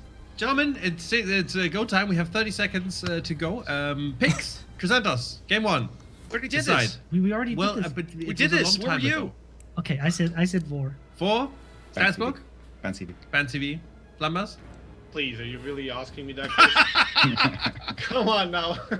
Answer. He said VOR. No, BANCV, of course. Okay, BANCV. I'm gonna give this one a 4. Zath. Petropavlovsk. Oh, I'm sorry. TWA. BANCV. And C-Raptor. TWA for this one, I think. Okay, good. So it looks as though there's a clear favorite here, but we'll see what the games ultimately do.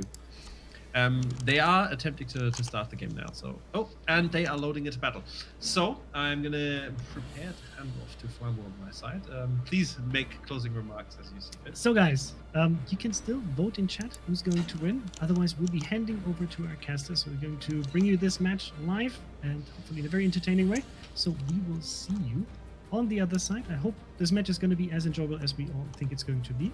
And for our guests, we'll see us in 20 minutes, I guess. Yep. Yes, best of luck to both teams. May the best team win, and just keep us entertained, guys. We'll trust you. Good luck. All right. See you in a minute. See you in a bit. Yeah.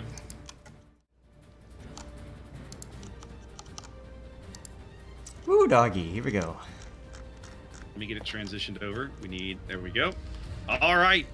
Ladies and gentlemen, welcome to Game 1 of the International Final Match. TWA going under the team name of BANCV here, spawning on the north side of North. Boy, that was more repetitive than I expected it to be, but all right. Bringing Ohio Thunder Des Moines for Petropavlovsk. Staff called that one Petropavlovsk the big winner this match. A Stalingrad and a Smolensk. Yep, and then over on VOR side, I had commented about the Destroyer play. We're seeing it over here. So we've got Indeed Montana and Thunderer, Des Moines, Goliath, double Petropavlovsk, Kleber, Marseille, and Smolensk. I like the Destroyer pick, Zath. We talked about it in the room kind of before, while we were gabbing in between games about we've seen VOR run these kind of Destroyer heavy comps, see how they deploy them. And we're going to see it here.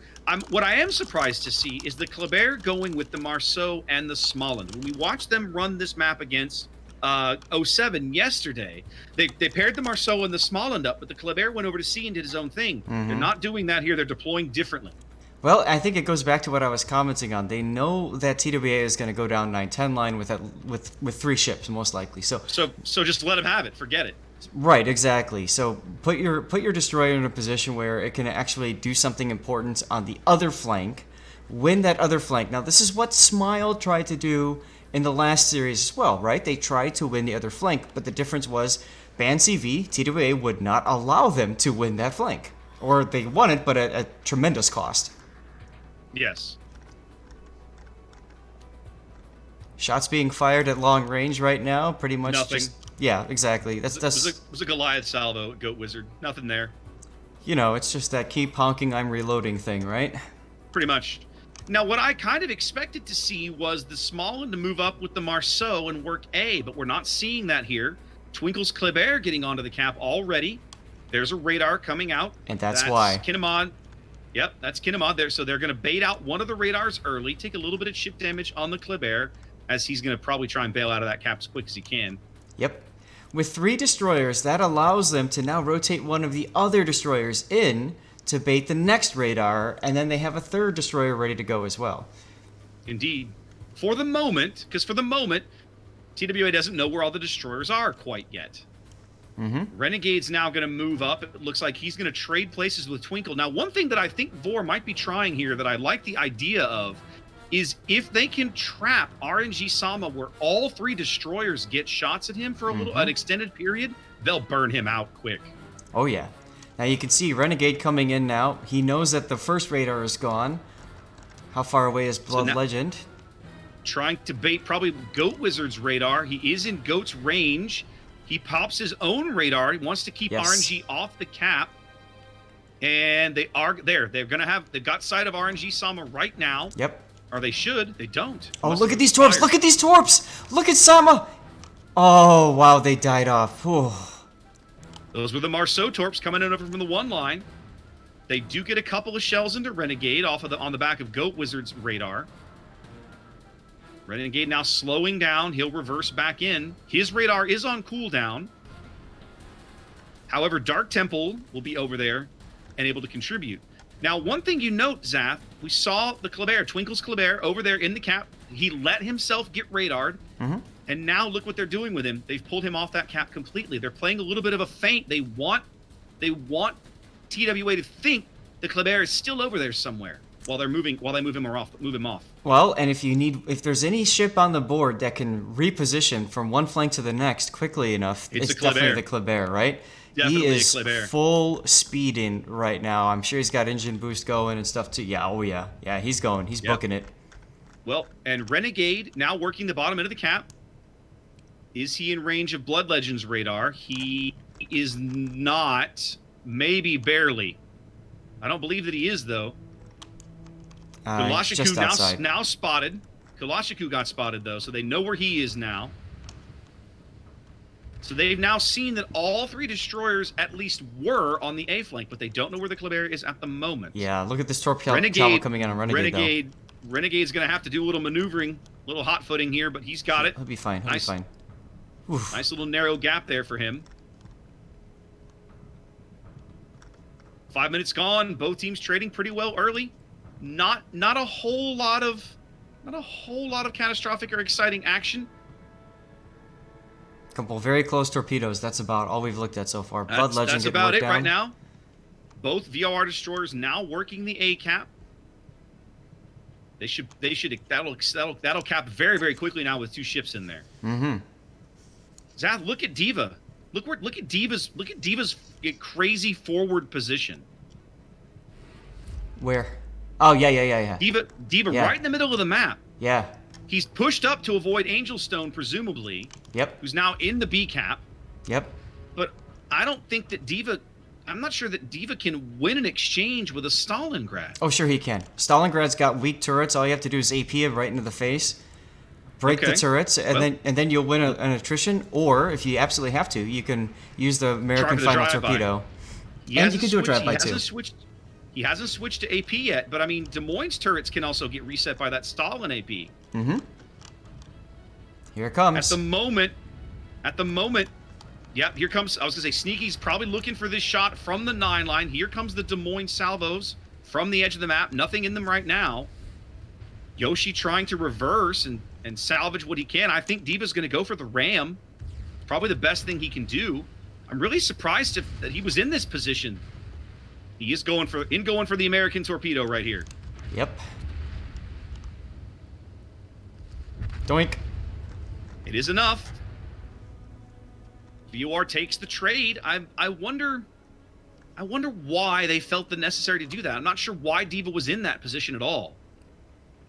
I think it's kind of one of those things where you take your initial spot and then you slowly but surely just kind of work your way up until, to dodge firing angles and stuff like that. And then you find yourself in that position right opposite a Stalingrad. And it's like, at that point, it's like, yeah, I'm taking this guy out. Like, I mean, why not? It's a significant health pool. It's the guns. It's the radar. All that stuff that a Stalingrad brings to the table. Okay. Now, one thing that the TWA 9-10 push has successfully done this game. Look at where Darth Hennings, Ohio is. They've just driven him right into the C cap. And again, Angel Stone camped on top of B. Angel's going to have a hard time, I think. I mean, I think VOR's going to have a hard time getting back into these caps. Kalashiku's Marceau about to step onto B. I think maybe they just wanted that Stalingrad radar off the center of the board. That's all I can think of, Zach. And that's what I'm saying is they're willing to trade a Des Moines who's in a, like you had said, why is he there? Like he's in a bad position for a Stalingrad that really holds him in place. Now here come the double radars. You got a Venn diagram going up. Yep. Goat Wizard's radar going up as well as Asphodelis' radar. That's going to push Kalashiku off the cap.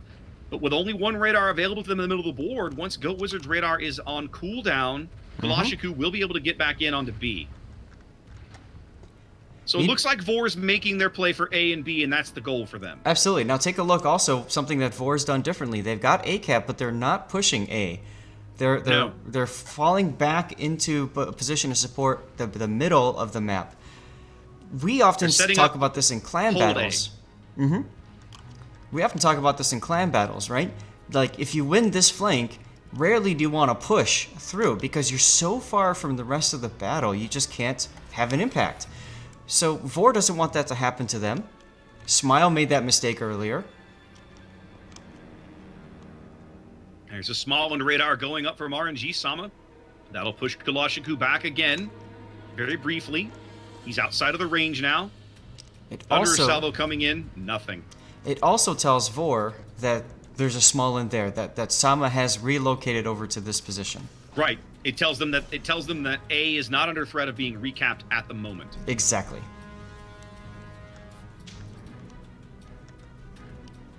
Very, very well played game from both teams as we approach the halfway mark of the match. TWA working on about a 30-point lead, but that's certainly nothing to get excited about. Now, something else that VOR has done, check this out. The Kleber is rotating in now, although he's lit on the surface because RNG Sama has crept in close. Yep. And that's something that they should have prepared for because they knew that there was another radar targeting them. Oh, torpedoes! Go Wizard! Oh, they fall short. Go again. take them all. Oh, no, goodness. They fell short again. I changed over. I'm looking to see if they can spot more. Another big thunder salvo coming in on Twinkle. Nothing that time. Now the small end opens up with his guns. Here comes the radar. Twinkle no longer spotted, I don't think. Here's the radar. Nope, there's Goat Wizard's radar again. Twinkle's on fire as well, so he's definitely spotted right now by Angel Stone. Yep. Angel Stone responding. Oh, what a big hit out of that Thunder HE. That hurts. That hurts a lot. Oh, Twinkle's now he's going to accelerate up into this gap. He needs to find a safe spot. On Twinkle. Now they've got eyes from the Des Moines. They've moved sneaky in the middle of the board. They catch all three destroyers in the B cap. Yep. Like what you were saying earlier, that was their plan. Get the radar off the mid. Sneaky saw it, and he rotated. Oh, the Thunder wipes out the Kleber. Yep. They gave him... TWA played this to perfection. They bought time. They burned every radar they could bring over here to keep these guys off the B cap just long enough to get sneaky into position to take up the old Stalingrad position, and success. By the way, look at VOR's battleships. Now they're starting to spread out, but for a while they were in the same grid square, which is usually a bad sign. Montana had been trading well with Darth Hennings, Ohio. But for the moment, the kill advantage goes to TWA. That's right. Moving sneaky back was a big thing. I don't think that VOR expected that. I mean, they might have seen it coming, but they obviously weren't quite ready for it. All three destroyers caught out by Sneaky's radar at the B cap right then. I don't know that they even caught it because, like you just said, all three destroyers caught out at B. There's no vision for VOR. They had no idea that Sneaky had moved. They were all in the same place, and none of those destroyers had ever been over towards the C cap where they could have spotted Sneaky as he crossed that gap to move back over towards the B cap. Exactly. Now VOR... Now down a destroyer, VOR finds themselves in the unenviable position of having to find a way back into this game, not having the cap control they thought they were going to get. Yep. VOR left a single ship, the Goliath, down on the 10 line to do exactly what we had talked about prior to the map because they knew that TWA was going to do what they did. Unfortunately, though, TWA wasn't willing to play VOR's game and just said, well, screw you. We'll just re-rotate, as both Ohio and Des Moines have moved. Look at Miani moving now to C, trying to make something happen. Going to point that out. Now, Miani might be able to move up and slap Sneaky. If they can do that, that might put them in a position to once again. Oh, his guns aren't even looking that way. Oh, they're trying. Okay, they're trying to tag team IKEA on the 10 line. Correct. I see it now. He did not lead that salvo correctly. IKEA was reversing, and Miani missed completely. Total whiff. And now Darth Hennings, Ohio, unafraid to charge around this corner and take a close engagement with Miani's Thunder. I think we're going to see either a drive-by or he might. You think he's going to go for the ram? Look just behind the Thunderer. You can see that Kulashiku is preparing for eventuality just as such. I think Miani is going to... He's going for the ram. Yeah, I think this was a bad decision. He takes the salvo at the Marceau, gets a little bit of damage. Yeah, this was a bad position here for VOR. There's the ram. More importantly, Kulashiku took some salvos as a result. Kalashi is about to find himself at point blank with Sneaky, whose radar is active. But he's going to stop and reverse. Unfortunately, the Petro will continue to get shells on him from the 10 line. They continue to have Kalashiku lit on radar. Buki is trying to get up that 9-10 line as quickly as possible, but he was so far south waiting for a push that never came. Kalashiku now out of room, can't reverse anymore, runs into the island as Sneaky will be coming around in his face momentarily. They can continue to see him. They've got him proxy spotted now, so even when the radar runs out, Kalashiku will be in trouble. Looks like he's decided he's going to ground himself again and reverse. He's trying to maneuver out of this. Down here. Yeah, he's definitely not got a hiding place at the moment. Goliath salvo coming in on Sneaky, not getting a whole lot out of it. Once again, Kalashiku. I think they're playing little proxy detection games because Kalashiku the Goliath is taking salvos at Sneaky. Yes. An interesting cat and mouse game being played out at sea here. While this has been going on, TWA will be picking up the A cap. They're over 900 points. The game will be over soon, Zaf. I think Kalashiku is waiting for his port torpedoes to reload. Yeah, he fired one rack of them, and they didn't get anything out of them. Right, exactly. VOR very much on the back foot, down a ship, about to give up control of the entire board.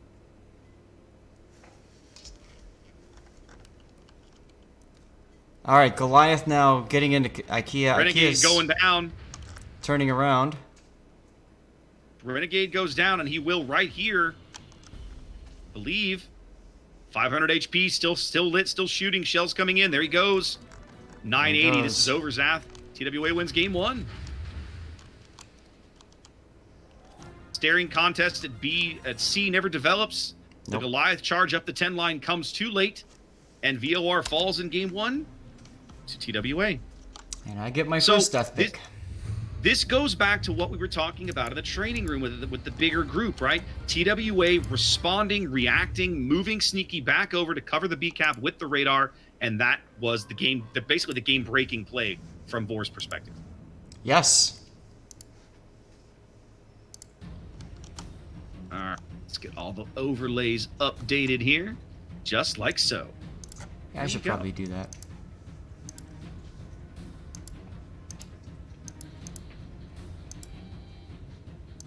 They'll probably appreciate it if you do. Wow, what an impressive showing here from TWA in the first match. Making sure that everybody knows that North is their map and will stay their map, at least for this tournament. What do our guests think? What happened here? How did TWA take this off VOR?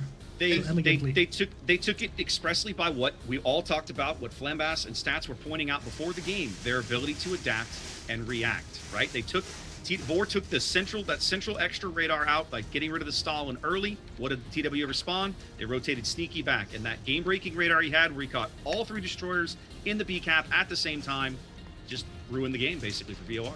I would say that what Chrysanthos has kind of predicted, that VOR will try to put a couple of DDs. They took 3 destroyers. Unfortunately, they didn't get any value out of their destroyers. I would give props to VOR for trying some weird things and adapting and changing their strategy like 3 times throughout one battle. You don't see that very often. But unfortunately, none of their plans actually were fruitful, and I can't see in what scenario they would actually be fruitful. They put all destroyers on one cap, but they didn't do much there with all those destroyers. That middle push with a Des Moines, I don't know what that was, but they took out the Stalin, which we have seen in the past where a Stalin from TWA goes down, they crumble, but that didn't happen. And then they tried that B, and they literally tried to take a battleship, a cruiser, and a destroyer on frontally with 3 DDs, where battleships were too far in the back to tank. So that was never gonna work. Yep. And then one final YOLO didn't work. So at least they tried a bunch of things, but nothing actually was even close to succeeding. And I kind of feel BANCV just took this very, very one-sidedly, I would say. kind of feel like changing up the strategy so much caused a lot of confusion amongst the players. Like having the 2 battleships almost in the same grid square for a while for VOR was a bit of a problem, right? I think the other big problem was moving, like you said, Flamvast, moving the 3 destroyers back into one spot. We talked about destroyers are vision for a team. They had no vision. They didn't even I don't think they even caught Sneaky Snake moving from that position in the channel over by CCAP and repositioning to almost the same spot where the Stalingrad had died. In other words, replacing the radar, which is what VOR wanted to get rid of by throwing that Des Moines up the channel. Yeah, it was a bit of a weird Also chuckle. When they had those 2 destroyers around the B cap, sorry, the 3 destroyers around the B cap towards the end there, the Kleber went into the cap, and it was really hard to see, like, what was that for? Did you not know that the Smarland was there? Did you not know that the Petro was a little bit further back from the island than you thought it was? Was that going to be a rush? Because if you go that far into the cap, you've got to turn around, and Kleber does not have a small turning circle, so Exactly you'd have the to do same a question. U-turn to come out. Flamma said, oh, maybe he's going to go down the channel and escape through the left. But then Thunder just went, no. Oof. Yeah, but what for? This is really like the Kleber move is something I did not understand. I mean, yes, they can try to count on, okay, the Smallland radar is going to run at some point, the Petro radar is going to run out at some point. I don't know whether they wanted to just, cap this cap with 3 DDs as quickly as possible and get away with it, to flip it. But pushing that Kleber in there seemed like a huge waste of resources, because it just takes one radar. Angel Stone was there on B all the time. They let Angel Stone in a BB versus a triple DD setup Without even take B for free without Nope, paying nothing. anything. And then Angel Stone was perfectly positioned to say, hey Kleber, you can try to come here. But it for me didn't really make sense, because even if the Kleber could have escaped, I don't think it would have been worth to push it in that far. And what after that? I mean, if they wanted to actually nuke either the Smaland or the Petro, he wouldn't have been able to make it there, because there were 5 ships positioned to be able to cover both of the flanks for B and just nuke it. That felt to me like the caller said, okay, set up for a push, set up for a torque rush. And then halfway through the Kleber going in, the caller's gone, no, stop, because everything's there. Yeah. And so then that just left the Kleber just in the middle. I think their tactic might have been, okay, let's all go to one cap. Hopefully we will catch and kill a destroyer. He's not gonna have a smoke. If he engages us, we can kill him, and then we have hopefully a lot of HP between the 3 of us, and we are basically 3 potential kills. We're 3 torpedoes. We're 3 nukes to 3 BANCV ships, because we can YOLO rush and take crucial ships down and then deploy our own ships to take something. But that was just shut down very, very well from BANCV. They didn't get the kill on a DD. They got a 1 cap. They suicided 1 DD alone. And it was just never really going to work, because BANCV never really overextended. They never really went too far, besides Angel Stone trying to help Stalin. by getting side shots, which then ended up just getting him a cap for free, which was shocking. and that's it. It's not the first time he did it. He also did it in the match before, right? Yeah, he does like to go in the middle of the map. He loves role-playing a DD with his battleship. I've never seen a Thunderer that far up in the cap that early on in the match. I definitely feel like VOR tried to play clever with the destroyers, and I feel like they maybe they played so clever they kind of outsmarted themselves, right? I think they were exactly trying to engineer that 3-on-1 engagement you talked about, Flambast. They sent everybody to the one cap with the hope that maybe they could catch RNG out with a radar or something, and they could just triple team him. That didn't work. RNG played too far back. He was too good to get caught out like that. Fine. And one of the things I liked was that they put the Kleber into the cap. They baited out one of the radars. They ran him off, and then they immediately repositioned him. So they let TWA get a glimpse of, okay, the Kleber's on this flank. And by that point, they still hadn't seen the other two destroyers. Then they let him see the small one. And then only towards the end did the Marceau even get lit on radar. So for the longest time, probably the first 4 minutes of the match, TWA wasn't even sure where all the destroyers had been until accidentally they caught a sniff of the Marceau. It was like, okay, now we know they were all three at least at one point over at the A cap. But by then, Kleber had already moved because you can do that with that ship. I'm not positive they had a good plan for the Kleber after that, because by then the C cap was already in the hands of TWA. So now what do you do with this guy? You can't shove him into B. As we talked about, there's a Thunderer right there. So I don't know. But I liked what they tried. I have to disagree. I don't like what they did. It's Okay. a bit like the story of Smile. They tried to take all of their eggs, put it into one basket, and gambling on TWA making the mistake of committing one DD that far in that they can take him out. But with it, I mean, for me, it's just they had a triple DD setup, and they still handed the map control and cap control over to TWA, which is something that you wouldn't expect with a DD heavy setup, because the HP advantage is going to be on TWA side, and they know how to play this. So for me, it felt like they tried to do this and they tried to change it up, but they were never really at a point where they could take this off of TWA. That's at least like the way I looked at this is like, I thought maybe they can use the DDs to make some interesting trades that take TWA off their game, but it just didn't materialize. Yeah, it didn't feel like they were using their destroyers like a destroyers. It was pretty much like a kamikaze YOLO runs. We're going to use these DDs to take strategical ships down that we can't dig out otherwise. And that's going to be a couple of DDs dead for a couple of big ships, and then we're going to use our big ships to just get the map control and assert dominance. But it really backfired, because the way they ended using destroyers was in an open, direct gunfight with classes and ships that counter DDs, which was never going to work. So, bit of a weird approach. I'm like, props to them for trying, but the way that they tried was pretty much doomed, I would say, from the start. Yeah, they tried to cut a rock with scissors. Kind of, yeah. And now I'm interested to see, so what is VOR going to change up, especially on Land of Fire? Are they going to try to keep bringing a triple DD setup? Are they going to try to change it up a bit to see how they can counter TWA? Because we've seen TWA on Land of Fire before, and they do make some risky plays to get their cruisers, for example, into position on the A cap. So how are they going to handle this? I think this is a good map for what VOR potentially tried to do in B, because there's a lot of positions where there's going to be cruisers behind a rock, and if you want to YOLO, this is the map to do it. If you want to take destroyers and YOLO enemy cruisers, this is the perfect place to do it. Unlike North, where if you want to do it, you have to charge down the narrow channel and absorb all the incoming fire before you can even YOLO. Here, you get pretty much safely behind a rock, you spend there, and you wait for your moment, and then you charge and you nuke the cruiser behind it, your cap. The question is, can you extract afterwards, which is where we usually see DDs die. But if they want to do their heavy DD YOLO thingy, now this is probably the map to do it. So I wouldn't be surprised if they try this again. I'm curious to see what they will bring, because I've seen a lot of teams here trying to. You see actually a lot of Goliaths and Hindenburgs to kind of counter the map positions and to just take down the Petropavlovs on B, for example, with the combined HE power.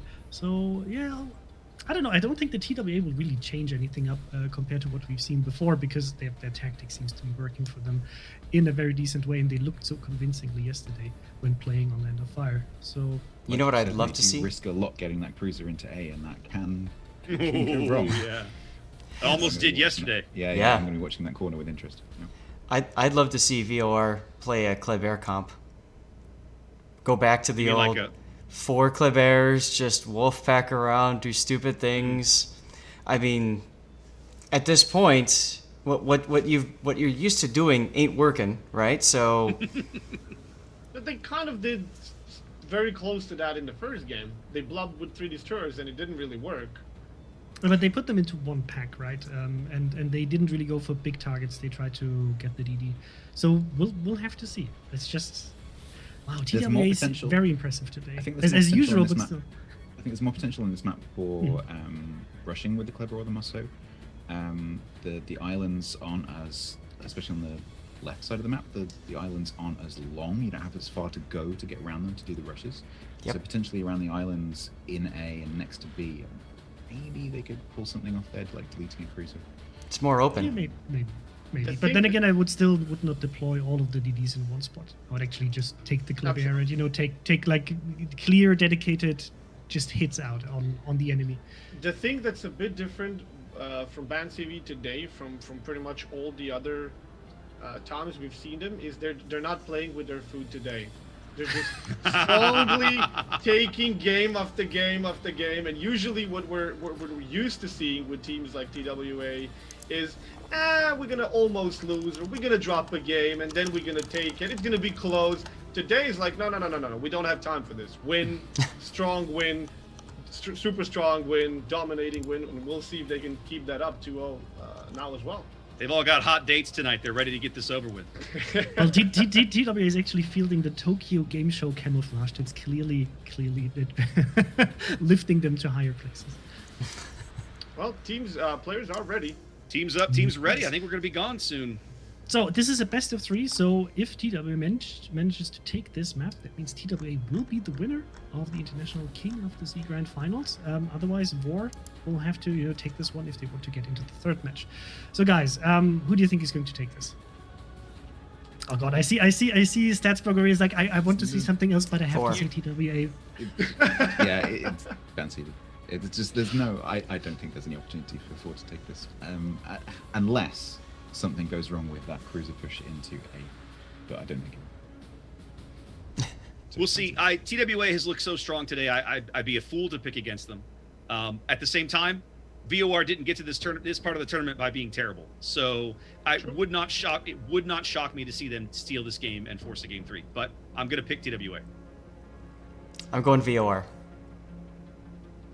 I will stick to BANCV, but I think this is VOR's pick, and this is literally their last chance to do anything. But if they're going to do it, it's going to be on their map. I think It's they their might map. I think they might have something up their sleeves. So I wouldn't be surprised if they take it. But I like the adaptability from BANCV has been impressive today. So I'm sticking with them. I have to say, TWA, you are very strong today, even stronger than usual. So I'll give it to you. I think you're going to take this one, but VOR, this is your chance to prove me wrong, Mr. Conway. Look, give us a 3rd game in this best of 3, please. I believe. So looking forward to a really, really great match. We'll be sending you off to our casters. Have a very lovely match, and we'll see you on the other side with the winner of the map of Land of Fire. So enjoy it and take care. Good luck. Yep. See you after the game. Yep.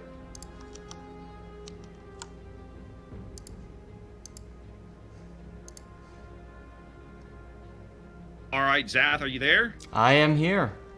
Excellent. Let's get into this game just as soon as I get my PC to wake up. There we go.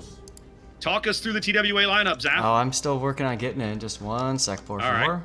Not a I wanted to problem. make Well, sure I once had the you're right overlay set up. Not a problem. Once you're here, talk us through it. All right. So you want me to take TWA? Take TWA. All right. TWA. Oh, I thought so. Okay. Hold on. All right. TWA coming in here with, they brought their own Kleber. That's exciting. So they've got Kremlin and Thunderer, Hindenburg, double Des Moines, double Petro, Kleber, like I said, and a Smolland. Opposite them on the south spawn of this map, we see VOR coming to the dance. With double Ohio, double Nevsky, double Petropavlovsk, double Kleber, and the only guy on the board who doesn't have a twin, that is Kulashiku's Lone Marceau. Mm-hmm. Avoiding the B cap early, which makes sense with destroyers of this detection. Kleber and Marceau headed to C. One Kleber going to A. Otherwise, a fairly even split for these guys.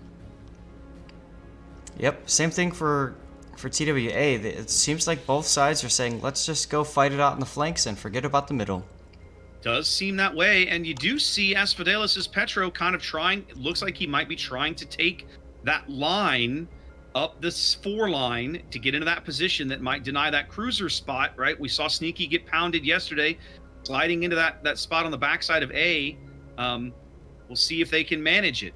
2 Klebers going to A, both of them rushing in that direction. That's RNG Sama from the north and Renegade from the south. I just Early noticed action's this. going to be at C, though. Go ahead. Sneaky is not playing.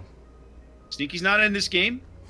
The early action's going to be at C, as we see there the Smallland radar picking up Twinkle Twinkle, as he's going to probably just keep going and just jet right out of the cap, I'm betting. Yep. Yep. Des Moines shells coming in, but those will be well behind him. A Kremlin salvo coming in. A little bit of chip damage here and there. Not too shabby. Radar expiring, and he is clear. Kalashiku's Marceau right behind him. Kalashiku's looks like he's going to pull up the handbrake and reverse into the bottom of that cap instead. Well, you know that you probably don't have to worry about radar. Oh, here comes more radar. Diva. Diva's Petro putting a radar up, wanting to get some shots in on Brandis' Smallland, taking a big hit in return for his trouble. Probably a Kremlin Citadel there. That was Darth Henning's shot. Brandis taking another big hit. Does get some good damage into the small one, so at least, you know, they took this gambit and they got what they wanted out of it. Meanwhile, it's hot Kleber on Kleber action at A. Indeed. Kleber staring contest at A. RNG Sama getting there first, but Renegade denying the cap after. TWA not trying their strategy today of shoving a cruiser into the A cap, which I approve of. I feel like that's a high risk play that you see your Asphodelis' position is basically designed to deny. Well, and that's something that VOR knows about as well. I mean, with how much we were talking about it as casters beforehand, I mean, come on. Yeah. So, yeah. It makes perfect sense. Interesting that VOR brought in 2 Nevskys, though. It is, and they're both on the 1 line. Yep. Both on this edge of the map, obviously looking to, use their radar and their spammy HE shells to do some work, but right now, they probably don't have a whole lot to shoot at. Nope, they can't see anything. In fact, at the moment, VOR has no vision of any kind. They can see nothing to shoot at. Yep. Same cannot be said of TWA as they continue to sink damage into Diva's Petro and now taking shots at Chronicles Ohio. Also the only 2 ships that they can see.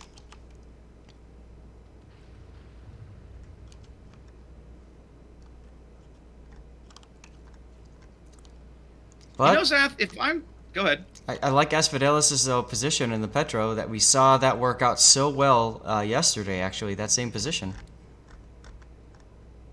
I do like this position. And I'm actually, if I'm Asphodelis or if I'm VOR, I'm thinking that maybe he'll, he has the opportunity to reverse back in and pick up B basically for free if he wants. Yep. Well, it looks like they're bringing Kalashiku's Marceau over to make that attempt. IKEA radar, lots of radar going up on the C flank now. I mean, they have an opportunity here if Renegade wanted to push hard and just come around and force Sama to react to him. He could do that, and with Asphodelis and even Mayani's Ohio, they could be ready to go if Sama gets pushed back far enough. But for now, they seem content to just kind of sit here and attrition it out, I guess. Oof. Yep. IKEA just took a decent-sized hit. Yep. Looks like that's from Mayani's Ohio, who's now taking up position in the center of the board. Yep. All of these destroyers, Zath, and VOR owns no caps. Nobody owns a cap right now 5.5 minutes into this game. Well, both sides decided to get rid of destroyers that are typically more of the concealment type in favor of the destroyers that have the health pool and the rate of fire. Up, here comes the push. Look at A, Renegade went for it. He backed around the corner. He's going to get torps on a Sama. This is bad luck for Sama. Sama takes 2 torpedoes. He's on 1,200 HP. Temple one of the now. Nevskis have an angle. Yes, one of the Nevskis does have an angle. No, Oh. Sama speeds ahead into cover as Renegade sneaks away on 5,000 HP. RNG is in critically low health here as one of these Nevskis has they've got to secure this kill. Oh, yeah. Trying to secure the kill on Renegade. Both teams trying to get these kills now. What a fight, though. I feel like both teams lost out of that. Maybe, but it's going to change the status quo. They have moved Kalashiku's Marceau into B as the small end at C does finally bag the cap. They've got Temple pops his radar now, but there's no way he can get shells on RNG Sama. RNG's stuck in there too deep. Mm-hmm. Temple now pushed off. He's headed south. Too much firepower, too much pressure on Dark Temple. I feel like this is a mistake, Zath. I feel like they should have kept going. Yeah. Getting that kill on RNG at all costs. Yeah. The loss to those cap points, I think, is going to come back to bite them. Absolutely it Could is. be wrong. We'll see. Both teams ticking up a cap now. TWA with a small lead in terms of points and a notable lead in health, but they have the lowest ship on the board. That is RNG Sama's Kleber. Well, and look at Kalashiku. Nope, never mind. I thought he was going to go for RNG Sama, but I think he got detected by Angel Stone. We were talking about before how Angel Stone likes to play this very aggressively in a battleship. I think that ruined Kalashiku's plans. Well, he might have gotten lit by Kalashiku, but Kalashiku's not spotted right now. I will say Kalashi is in a decent position if he wanted to. Let's have a look at what he's doing. He could easily push around the north side of this island, assassinate RNG with a couple of salvos, Yeah. and then just jet away, right? And That's- just easily get out of there. That's what I thought he was planning on doing, but then he saw Angel Stone, and Angel Stone detected him for a second. So he Yeah. had to stop and wait. Now that Angel Stone has backed off far enough, that does create the opening that you were just talking about. And here it comes. That might be the plan. Kalashi, it looks like he's going to swing around the north side here. And try. I will only take a couple of salvos to wipe out RNG Sama. This is a big play for VOR. They need this kill to happen. They need this A cap to flip. They need to be able to put some pressure on TWA. They have not been able to do that this match. Why is he know going what so happened? far north? Twinkle's also crazy low. I just noticed both of the VOR Klebers are just very, very low. Yeah. I'm wondering that myself. I guess maybe he's trying to keep the Thunderer lit. Right now, they're beating the crap out of Angelstone. I mean, they're just harassing him mercilessly. Yep. All right, let's look at this from Kalashiku's perspective. Here it comes. Here it He's comes. lit. He's open. He's lit now, but they can't see him. Zath, he's firing blindly. RNG Sama right ducking there. back in now. Kalashi has revealed his position. Still not landing shells on RNG Sama. Yeah, bad. Now Renegade's got to move forward. They gotta do something out of this. Otherwise, Kalashiku just lost a ton of hit points for nothing. They moved Kalashi up here. He never had a clear shot. He never actually had eyes on RNG. And now Kalashiku's basically going to back off. Terrible play. Yeah, a big hit from the Thunderer comes in. More shells from the Petro in the middle of the board, and the small one now chiming in. I don't like this play, Zath. He would have been far better off to just charge across RNG Sama's stern. From RNG's position, he basically cannot get torpedoes into the water before he'd be dead. Right. And now they're going to lose Kalashiku. Terrible destroyer play from VOR. I feel bad for them. They could have executed this so much better. Mm-hmm. I don't understand, and they bag Kalashiku. They give him up for nothing, Zath. I know. It's terrible. Terrible. And the only destroyers they have left are so low. Are so low. That one advantage they had, the ability to storm Kleber in the A-cap, kill him, and jet away, is lost. Which is ironic VOR because firmly on the back foot now. That's what VOR did to, God, was it 07?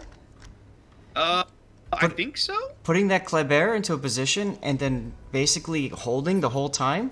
Yeah, that was against 07 on Crash Zone Alpha. Yeah, on Northern Waters. Yeah. That was the push that 07 borked over at the A cap on Northern Waters. Yes, that was the Northern Waters. That was the VOR match. Yeah. So they just I have let no it happen idea to them. I have no idea what VOR is going to do now. They had the perfect opportunity. They absolutely mis-executed it. And now they have to try and find a way back into this game from 100 points down. They're running out of time, and they're upside down quite a bit on health now. Yeah, I'm just scratching my head over here like, why? Yeah. There's about 2 different ways they could have executed that, Zath. One is they could have just stormed right into the cap, right on top of RNG, assassinated him, and gotten on with their lives. Okay. The other thing is this little island here, right, that's just north of the cap, right? They could have snuggled him up where he had a firing angle on RNG, gotten RNG out, and then used this island and Marceau's throttle to juke the return fire until he lost drop detection again. Oh yeah, I'm looking at it right now. He's got a beautiful shot from there. Right. From this island, he would have had the angle he needed, and he would have had some cover from either the Thunderer or the 2 cruisers on the one line. He could have just used his throttle to dance around and figure that out. But he never went for it, and I don't understand. I wonder if the call came in to keep Angel Stone detected so they could try to farm him out. You were talking earlier about how he's getting chipped away, but... Possible. I mean, they were doing a great job of that, right? And then now they're just... I don't know what they're going to do. And they've lost now. It's been 2 minutes, basically, 2 or 3 minutes since the Marceau was off the board. VOR's made no real positional plays. Their Ohio's getting farmed mercilessly. Yeah. Chronicles and Twinkle are low. They can't really do much other than just kind of kite away a little bit. You could see that Chronicles is trying to reverse now to get into a position to do something at sea. But, I mean... What can they do unless a Des Moines just reveals itself for no good reason? No, I feel like the game is already lost. Oh yeah. I feel like they had their play, they had their moment, they could have done it, and they executed it about as badly as they could have. And here we are. It's just kind of, I think it's all over but the waiting at this point. Yep.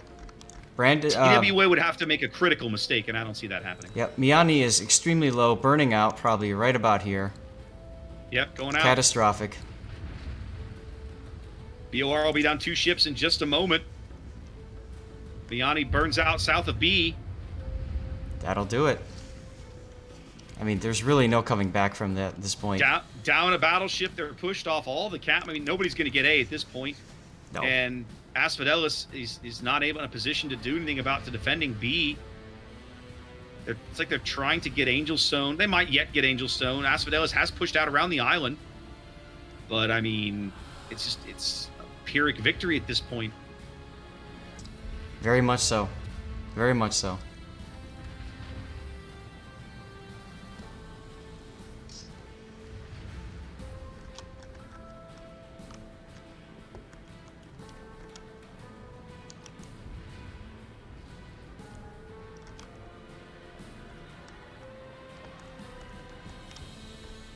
Got quiet, Zath. I don't know what else to say. I feel bad for these guys. Yeah. As they lose Buki over on the one line. Yeah, I mean, like, guys, when we're quiet, it's just because there's really nothing to say other than, oh, look, they're losing more health. Oh, look, they're starting to die. Like, yeah. I mean, it's just, you know, if you're TWA, it's just kind of mop up at this point. I mean, you've got a 3-ship lead. Your opponent doesn't have the board pieces or the board control to get back on top of cap circles. It's a waiting game. They're going to win. It's just a matter of time. They would have to massively screw up and just execute badly. Yep. I mean, Twinkle Twinkle getting in a position to possibly charge Darth Henning, but Darth Henning is right there. His guns are not looking at the right spot, so it's a possibility. But look at Darth Henning's guns are pointed right for the Kleber, basically saying, if you want to come and tort me, it's going to cost you your life. Oh, let's see how Twinkle plays it. Twinkle not knowing where he is, having an inkling but not having good eyes on him. Twinkle snuggles up to this island and then pulls the handbrake. It feels like it's time for VOR to get out there and try and make something happen, and they don't seem to have a good idea of what they should be doing or where I don't know. They seem to be floundering a bit, Zath. I mean, we're watching. It's like we're watching a cow that's been hit by a car die. What an analogy. Where did you come up with that? Me, myself, and Irene. Wow. Oh, okay. That's a film quote, is it? It's a scene from the film, yeah. Okay. All right. There you go. Now, to their credit, TWA has not taken their foot off the gas. Putting pressure on Asphodelis, putting pressure on Dark Temple. They're going to get these kills. That'll accelerate things. But this is over. It's just you're just waiting for the end at this stage. And guys, And it was so close. They had the opportunity, I think. I really do feel like they had the opportunity. those of you that are listening in here, you know, our tones have changed a little bit, and I think it's because we're saddened, we're disappointed. We really wanted to bring you guys a game 3, and it's just it's not going to happen. No, it's not going to happen. And it could have, Zath. I really do feel like if you charge RNG Sama, not only do you get the points from the kill, you've tied them on ship kills, and you probably don't lose the Marceau because he's quick and there's places he can duck into cover, and then you're going to pick up the A-cap, right? And now the onus flips around. You put pressure on TWA to do something. What are they going to do? Look at C. Yeah, I know. They lose the Nevsky. We're going to have a Ram. No, we're not going to have a Ram. Yeah, we're going to have a Ram. I mean, it's an irrelevant Ram. It means it changes nothing. Nope. When Asphodelis goes, the game is over, and he just burned a heal, and the shells are still coming, so he'll be off the board in seconds. Yep, that's it. There he goes. There it is. 48 seconds. And now the Petro will be charging Renegade. There he goes. That's the end. And that's the game. That's the game. TWA with a sweep, looking solid. Some key VOR mess plays make all the difference. Whew. I think one of the reasons I'm kind of bummed is that feels kind of anticlimactic, Zath. I was about to say, you know, I woke up slightly early on a Sunday for this. You know what I mean? Like 2-2-0 plays, and I'm thinking to myself, God, I really wish we could have gone to a game 3. And it's nothing.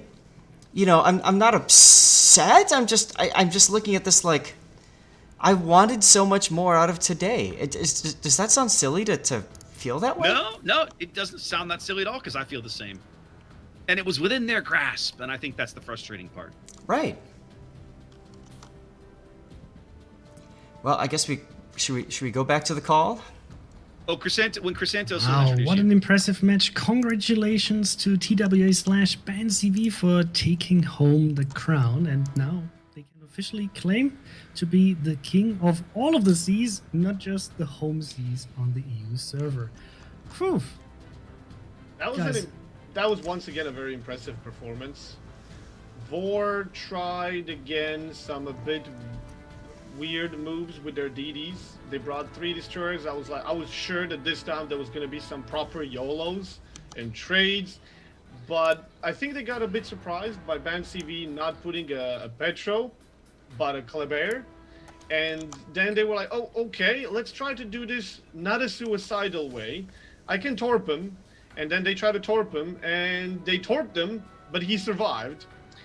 And you lose entire HP of your DD, so now you can't YOLO properly anymore. Okay, let's take a second destroyer, and make sure you're already running away when starting to shoot this guy so you don't lose all your HP.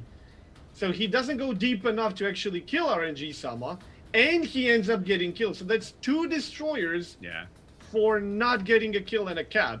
And on the other side, we had a 3rd destroyer trading poorly as well. Nothing was going the way I think they designed. Like, VOR was just, everything was against them in this game. I still feel like, I mean, we could talk about the Marceau misplay for an hour and probably never really fully analyze what happened there. Yeah. I feel like that was the whole match. I can tell you what happened to RNG Sama. Well, I can tell you what happened to RNG Sama. My point is, what I can't tell you is what was going through Kalashiku's head, in the sense of, he had the ability. There were Zath and I were talking about this. There's 2 or 3 different ways they could have executed RNG Sama in that position. Okay, he's on 1200 HP. A salvo, maybe 2 for the Marceau's guns, and he's out. So now all you have to deal with is, how does the Marceau escape that position with the maximum amount of HP? Right. There's a small island on the north side of that cap. He could have snuggled up to that island, had shots, killed RNG, played throttle games till he dropped detection, and then repositioned. He could have flat out charged RNG at point blank and assassinated him, and then just used his speed to duck right back around the other side of the island. Just gonna sweep all the way across the north and right back around the south and bend down there where Renegade was. At that point, now you're up, you're even on kills, and you're going to be up on caps. You're putting the onus back on TWA. Make a play, fellas, and now you Guys, can reposition the Marceau somewhere else. Let me just interrupt for a second. We have an opportunity here to jump in actually to the game 3 of LAIR versus Smile. Oh. That Yeah. will be going on right now. So we could actually well. show one more game. I think everybody's on board. So Why not? casters, get in the Literally room. close the game. They're holding it for us. And we can actually see who's going to be third as well. We can have a look at a proper Russian showdown between Russian two teams. Oh yeah, now we're talking. There Now you we're go. talking. Do we know who opened the room? Yeah, I typed it in the chat. Yeah, so we'll be doing this. Congratulations to TWA. Absolutely. Really well played. Absolutely played well. deserved. Like all of the matches that we've seen today, all of the matches we've seen yesterday, they definitely deserve to be called King of the Seas.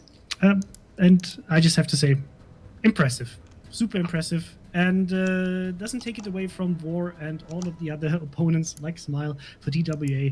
A big shout out for them to playing also for if you're from the Asian cluster, from the NA cluster, obviously very weird times to where they usually would be playing. So take that into consideration. And yeah, and now I'm hyped to see the Russians. We're going to north again. Oh, North. Oh, that's North gonna is be- map free. That's kind of interesting because we see two very different playstyles when, I mean, LAIR was the team that pushed on AB, and we have Smile with the smoke push, so that's going to be interesting I have clash one- of potential metas. Just one thing to mention. This is Russians first versus Russians second. So this already There's happened gonna be basically It's a last rematch. weekend. There's gonna It's a be rematch. some bad blood here. these teams know each other so well because LAIR has been around for a very long time on the CIS cluster as well, and one of the top teams right there with the Smile gaming community. So I do have this to should be say, good. I do have to say, from what I've seen, LAIR was more impressive in these internationals than Smile. So this could be a perfect opportunity for them to take the third game and be at least internationally better. Is this based on your experience when you saw them only watching by playing against TWA? Because that might be a bit unfair to Smile. From what we've seen so far, yes. Like from these 2 days, LAIR has been more impressive, but we'll see. I'm very curious how this is gonna go. Okay, I don't think we want to keep the guys waiting for too long. Is everybody ready to jump into this match? I think we're ready. I don't know. Guys, are you all in the training room? Yep, I'm here. Yeah. Okay, cool. This is very, very nice from the Russian teams also to wait for all of the Europeans and Americans to jump into that game to watch it. I hope they're going to appreciate also getting broadcasted here on our channel. So that should be good. So let's do the rounds. Who thinks is going to win this one? I'm cheering for LAIR. They impressed me far more than Smile, so I'm cheering for them. I think they deserve a win. We saw LAIR do this map yesterday as an opener. It was the most entertaining game so far of the weekend, I have to say. I'm excited to see them play it again. I'm going for LAIR. I'm going for LAIR as well. I'll go Smile then. You can One in see every me, crowd. You can see me right. I'm going with Smile Gaming. I think they got this. Mr. Conway, you have a pick? I'm gonna go and say Smile is gonna take it. Okay, so it's evenly split, 3-3. Cool. Yes, something I wanted to point out because it came up in chat earlier. So for this King of the Sea collection, if you didn't manage to get all of the collection items, you will have a chance to get more of them in the next King of the Sea season, which is going to be King of the Sea 12, roughly happening in, I would say, like half a year.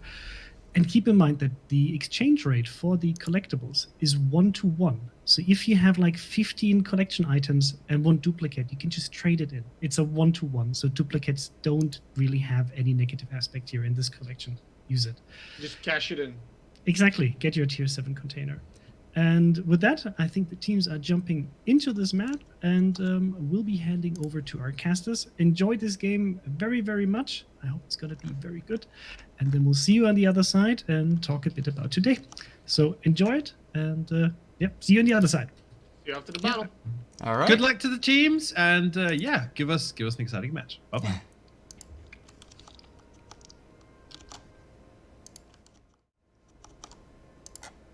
right, Zath, are you in here? I am indeed, and I believe I'm in the right overlay this time. Yep. Excellent. Excellent. Yep. Fantastic. Let's have a look over the LAIR lineup. They're playing from the north spawn this time. We saw them play this map from the south spawn in the very first game we cast yesterday. They bring Yamato, Kremlin, double Venezia, Moskva, triple Petro, and a lone Summers. That's Minakaze. We've seen him do good things with that ship. Very different lineup compared to last time. Interesting. It is indeed. And then over on the Smile side, some familiar faces here from earlier today as well. So this time we've got double Ohio and double Hindenburg, Nevsky, double Petro, Kleber, and there's our Yu Yang again. So they're sticking with that Yu Yang. You can't see my face, Sath, but I'm looking at the double Hindenburg going, what? Right? Now, Smile has one player who hasn't moved yet. I think they've had a disconnect or somebody's really slow to log in. That's Dino Gaming's just sitting there, but they haven't called a mulligan. So onward we go. I don't think he's disconnected. The turrets are facing forward. Looks like he's moving now. And I see he's at a small angle. So I think maybe he zoned in, moved, and then maybe he disconnected. I don't know. We'll see how it goes. I kind of feel like this is a pretty good position anyways to prevent a push around C, but at the same time not get caught out to the point where you can't run away. So could be. All right, well, we see the Smile Kleber, Medzuko heading straight to C. We saw him do this earlier. Let's see if he has any better luck executing this time. He is in range of Sword Saint's Moskva, his radar. We'll see if Volk takes a shot with the Venezia and how this engagement plays out at sea. Now, this time, he's definitely going for the island. Mm-hmm. He's on the extreme edge of that Moskva radar. Venezia Salvo is coming in now. This is going to hurt. Not as bad as it could have. Moskva shells actually do a little more damage, it seems like. He takes a little extra Kremlin damage for good measure. I was going to say, the hurting He's to continues. slow down. He's going to make that turn. He does manage it. Oh, and on fire. And a little fire, but he puts that out. Of course. So very quickly, Smile will pick up C as they are attempting their smoke crawl up the one line again, although they've changed things around, Zath. We saw them do double Nevsky Hindenburg last time. Yep. Now it's double Hindenburg Nevsky. Yep. Which I'm Still sure with that the you are Ohios loving. and Petro in the center. I am, actually, and still sticking with the Ohios and the Petro in the center. We saw them execute this tactic against 07. No, sorry. LAIR Enough. played enough yesterday. Apologize. Although when they did this, when Smile did this, when LAIR did this move, they had double Kremlin to push instead of double Ohio. Indeed.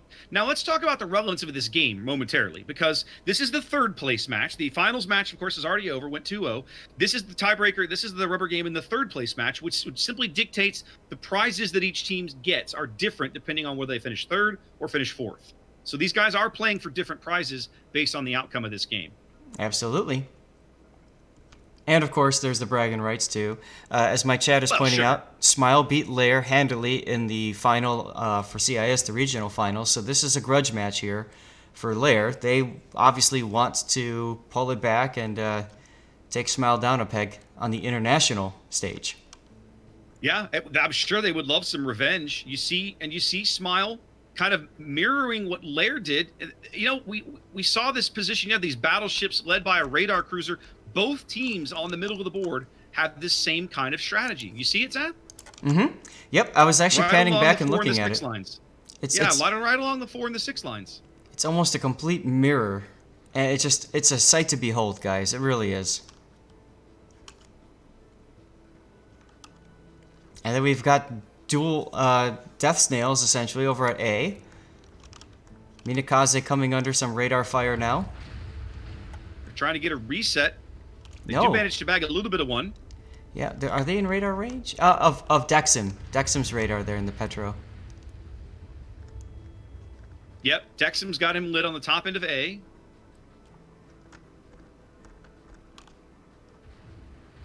Fordiante now got spotted, forced to make Inky and turn along the border, try to get out of there. But, I mean, he's in a good spot there. He can just luck chuck those 12-kilometer torpedoes right into that death snail head. See if you can get something out of them. Those are those are very long-range torpedoes. They do decent damage. The thing about them is that they're slow, so you Very completely forget about them, and then they just show up, and you're like, oh yeah, crap. Well, Russian Admiral, of course, is out front, able to spot those as they come in. We'll have to see if the ships behind him are able to adapt, because right now they're definitely in a position where probably Ozai might. Actually, no, he's probably going to be okay. Those look like they're gonna miss. I'm sure with double Hindenburg, one of them's got Hydra going, but Ferry might take a especially torp. in a tournament with no Oh, with no carriers. that was a close dodge there by Ferry. Oh, Dr. Webb taking some hits, getting whittled down there. Looks like by the Death Snail. See now the mid push materializing for Smile. As- Ohio, that's Sheridan, and Gaming's Petro, right on the edge of the B cap. Uh-oh, it's just like Hippo. Nope. All skill, no luck as the torpedoes run short. Well, you mentioned that the push was starting to form, but then Ryder took a big hit just as you were mentioning that. Might have made him think twice about, do I really want to start pushing now? Well, Ryder's taking some damage. I'm talking about the guys in the B cap. Yeah, oh yeah. I see what you mean. They're getting shells now on Sheridan through the gaps that they can spot him through. He's actually going to continue to steam north. He's not even going to stop. Going straight to the middle of the board, skipping the cap entirely. Dino's Petros peels off to go deal, presumably, with Sword Saint's Moskva, Mm-hmm. who now has him radared. Well, look at LAIR pushing down through the C cap now. LAIR moving straight through the C cap as well. They broke off their guys that were sitting on the 6 line. They're going to move right through the C cap. Bon Vivant taking some big hits. It's pretty low. It's in secondary range of the Ohio, plus Petro.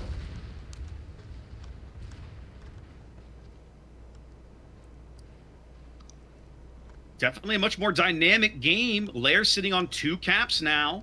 Oh yeah. Ticking up. They'll overtake the lead soon, but both teams have some ships that have definitely taken some noteworthy damage. Notably, Riders Ohio and Bon Vivant's Petro. Look at Dr. Webb trying to come in here and block shots with his ship on Bon Vivant.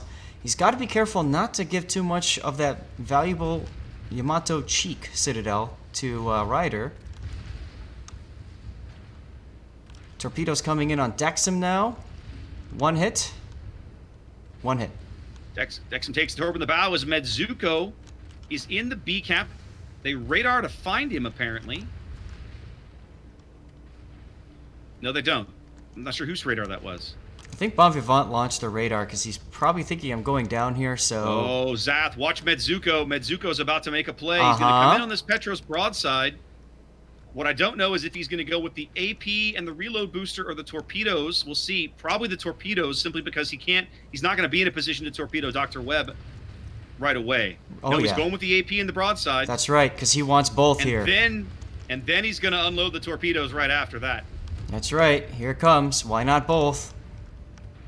Here comes the pain from the Kleber at close range. 2 in the stern. Second rack hasn't launched yet. Here they come. Yep. 2 more in the stern. He's That's going it. out. What a play from Medzuko. Brilliant. That's how you play What a play Kleber. from Medzuko. We finally saw a Kleber YOLO charge work, Zath. Yeah, right? Now, it does cost them Ryder. They do lose Ryder in the gap over here between B and C. But Smile looks really strong with a really, really solid destroyer play right there. Mm-hmm. LAIR on the back foot now, down a ship, down a cap, having to try and find a way back in as they swing Vaney and Volk along the south side of the B cap here. Yep. Shadir took a torpedo. Both teams abandoning that side of the map. Petro's taking a big hit here. Oh, it bounced or whatever. Goodness, how was that not a big hit? Which one, Dino? No, Dino should have taken a big hit there from the Kremlin, and he didn't. Oh, they ram. He trades in the gap here as the Ohio, that's Sheridan, flips around, moving back down this gap as LAIR is going to push 2 ships into B. Medzuko spotted. Here comes some Italian SAP rounds. Too far behind. Not going to do it. Smile has a noteworthy health advantage and a ship advantage here. And a cap advantage. So they're definitely in the driver's seat of this game. LAIR trying to make a play, make something happen. The only thing they can do is Vaney's got to try to find a way to get a shot on Dexon while at the same time not allowing Sheridan to come around. About to have a close encounter between Volk and Medzuko. We've seen Venezia's punch out Klebers before. Let's see if Volk can do it. Oh. He doesn't. It's a big hit, but it's not a kill. That's okay, though. He can turn. He's got some help from Vaney. He takes a decent hit from the Petropavlov off his port side. There goes the Kleber. Oh, brilliant torpedo dodge. LAIR smokes, dodges the torpedo. Sorry. Ew. Oh, but the Petro wipes him out. Wow. Wipes him out. All he had to do was stop firing, but the gun bloom was still there. He wasn't able to quit firing in time, as now it's 2-on-1 against Vaney here on the south side of the beacon. Don't you mean 3-on-1? Russian Admiral getting in on the fun. There's the Yu Yang. I lost sight of the Yu Yang for a while. There he is.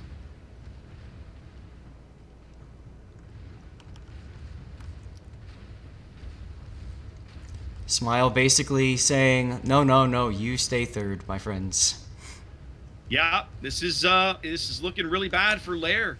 They looked really good on this map against who did they play yesterday that we saw? Enough. We talked about that earlier. That game against Enough, and they just looked amazing.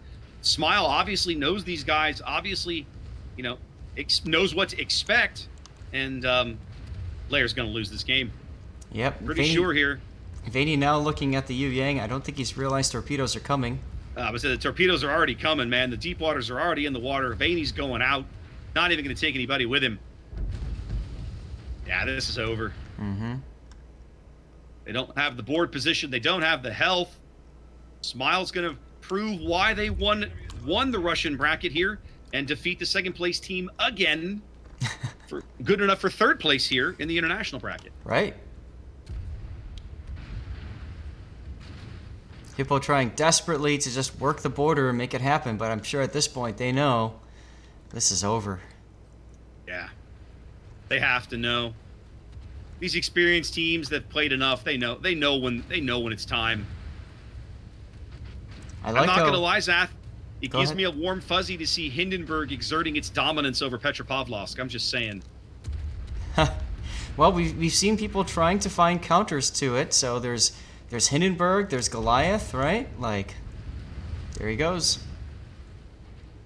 Seen some effective counters, to put it lightly, in this tournament, right? Some teams have handled Petro very, very effectively. The teams that have had success with Petropavlovsk have taken the time to learn its weaknesses and understand what needs to happen in order to maximize that ship. Look at what TWA did, right? Mm-hmm. Pulling them in and out of vision, rotating them back off when they were getting low, and now LAIR just basically sitting broadside, waiting to end it, calling the wipe, as we say. Yeah, but look at Minakaze. Minakaze's just gonna YOLO because he can.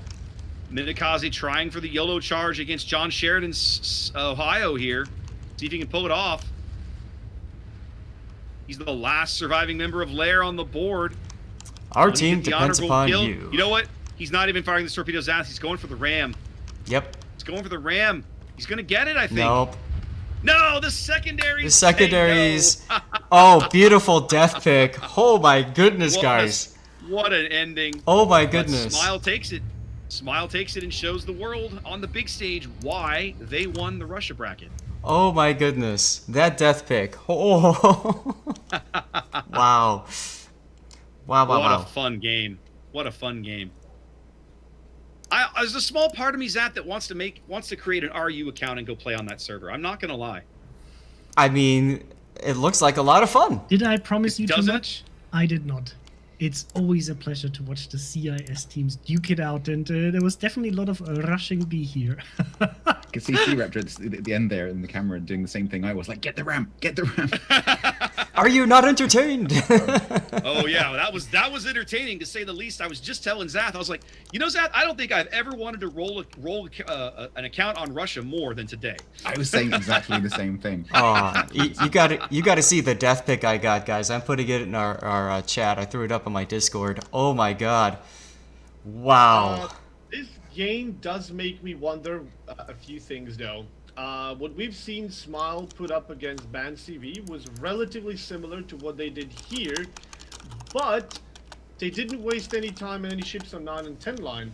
They were all concentrated with 2 Petros and 2 Ohios in the middle, and that task force that was going to push on, 1 to 3 line that kept the other ships busy so they can't do the cross shots, and it created so much confusion, it created so much mess for LAIR, and they were too spread out, and you could see that they were not ready for such a concentrated push through the middle.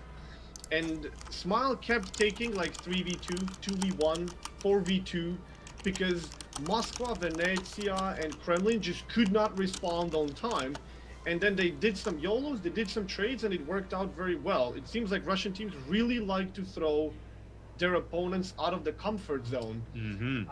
The major difference is this time they actually had a hell of a lot bigger force to do so. So I'm thinking if they did the same against BANCV and tried to neglect 9 and 10 line, would it maybe work? Was there a chance maybe?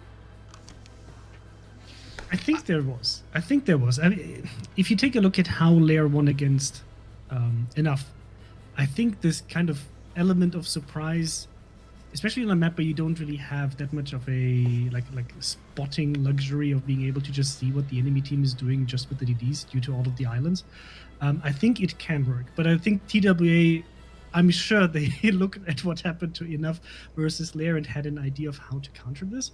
But it's definitely something that is very hard to counter in terms of so many ships pushing there and being able to regroup and deal with it if you go for the 9-10 line push at the same time. That's right. Tune in next season to find out. Definitely. I think this was a really good match to end this series on as well. After TWA playing so methodically and well organized and step by step and a little bit slower, and then you see this just crazy amount of action. Beautiful Mitsuko chaos is what I would call it. Mitsuko showing us how to play Kleber. Oh my god. That Kleber charge was a thing of beauty. Masterclass. Howie, you didn't even bother shooting the torpedoes at the Petros. Like, no. He's like, I don't need guns. I Someone got will die guns for anyway. you. Someone else will get that shot. That's fine. I've got a target. Head down, quite nice. And yeah, like I think I agree. Like a fantastic point to end this King C11 tournament on. This was the last game played, and we have our final scores, right? King of all the seas is TWA, also known as BANCV, right? TWA. On second place is BANCV from Asia, and third place is Smile Gaming. Yeah, congratulations. And fourth place, because we have prizes for fourth place, is yes, LAIR. That's true as LAIR, absolutely. That's and LAIR. Let's remember, right, that LAIR came in here yesterday, and we can bring this up one more time quickly because I don't know if everybody remembers, right? LAIR came in here yesterday, and LAIR actually kicked out Enough, and then LAIR also kicked out number 1 seed from Asia, Kaksa. Mm-hmm. Yeah, So we have pulled a couple of them. as the first team, and then 2 Russian team. EU.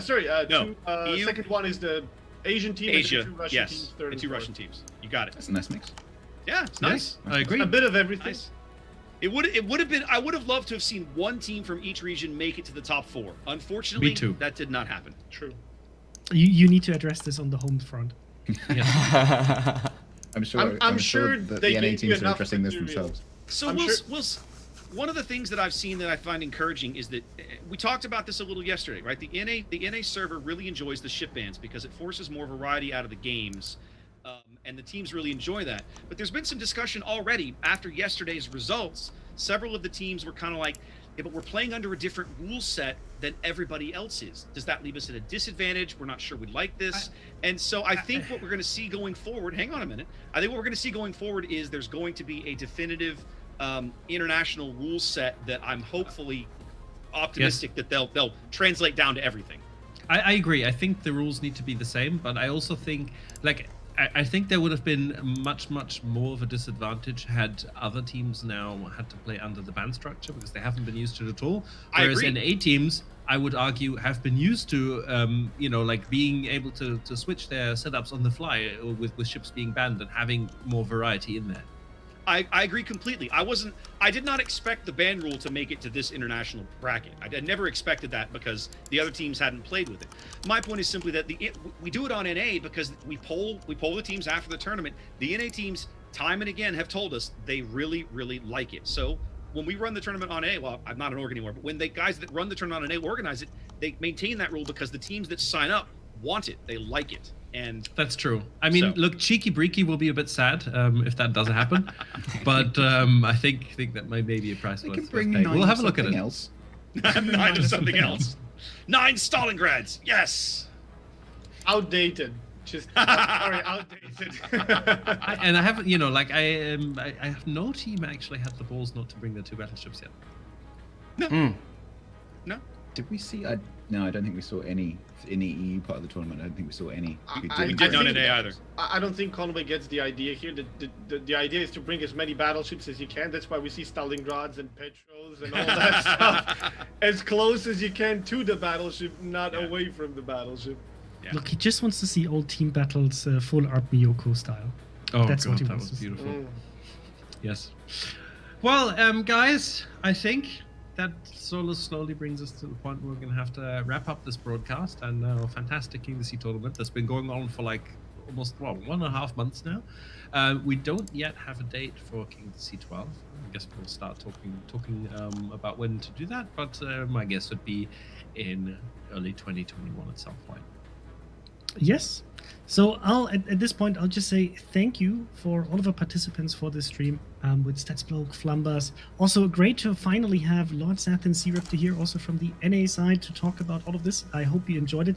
If you would like to see these guys, you can just take a look underneath their name tag. You will see a link to their Twitch channel where you can find them. And if you like their content, maybe just check it out, leave a follow, and enjoy their content because they have plenty of cool things for you to find out. Yes. Thank you. Yeah, thanks for having us. Do you guys want to give us some closing remarks? Yes, and also, Lick, from my side, big thank you, because you guys being here and having on to to give quality commentary is really helpful for us because it takes a bit of the pressure off, and it also lets us concentrate on making things run in the background. So it's really helpful. Thank you. That's okay. It's been really different. Keep rigging RNG in my favor, and I'll keep doing this. It's okay. No problem. Your super containers are mine now. Oh. I'm willing to give you my super containers if he keeps rigging RNG in my favor. I am. Give it all. We have a big red button here that we need to push. I know. Every once in a while. I've been to Prague. I've seen your office. You do have a red button. I just want to say thanks for having us, guys. Absolutely. It's been. I mean, it not only is kind of an honor to get invited. It's something that Zath and I have talked about repeatedly. That we lament the fact that the previous times there's been international clashes, especially the EU NA cross servers we've done, that no NA caster has been kind of a part of the process, and that's always been a disappointment to us. So even though it wasn't exclusively NAU this time, we were able to be a part of it anyway and get a chance to look at some of these awesome teams from Asia and Russia as well. And I've had a blast. So just thanks for having us. Yeah, and it's cool to be able to get you in for that international perspective as well. And I think this is one of the things that COVID has taught everyone is that, yes, you can do things through the power of the internet. Yes. Okay, guys. Then thank you very much for being here. We'll talk soon. And then have a very nice evening. Or, well, I guess lunchtime for you guys. Oh, yeah. Yeah, lunchtime. I'm going to get lunch and a nap. I don't know what you guys are doing. It's nap time. Oh, yeah. Yeah. Thanks again for having us, though. Seriously, it's been a lot of fun. Absolutely. Yeah, thanks for coming. And, yeah, I'm sure we'll do this again. Bye-bye, guys. Bye-bye. All right, take care. See you. Bye, everybody. Okay, so chat, it's just you and, well, it's not just you. Just you and me now. It is us. It is just us. Just like it always is. Us against the world, right? That's right. That's right, baby. Back together. Bringing the team Awesome. back. Awesome. Well, listen, guys, those of you that are on my stream, those of you that are on Zath's stream, guys, this is it. King of the Sea 11 is now over. We can close the book on this tournament, but I'm 100% confident that we'll all be back for King of the Sea 12 sometime into 2021. So keep your ears to the ground. Keep your eyes on the website. There'll be an announcement at some point. In the meantime, thanks for the follows. Thanks for the bits and subs and whatever else you guys may have contributed to either one of our streams today. I apologize. When we do these events, we run on a 5-minute delay. We aren't able to call everybody out and send our thanks, but it is noticed. It is appreciated.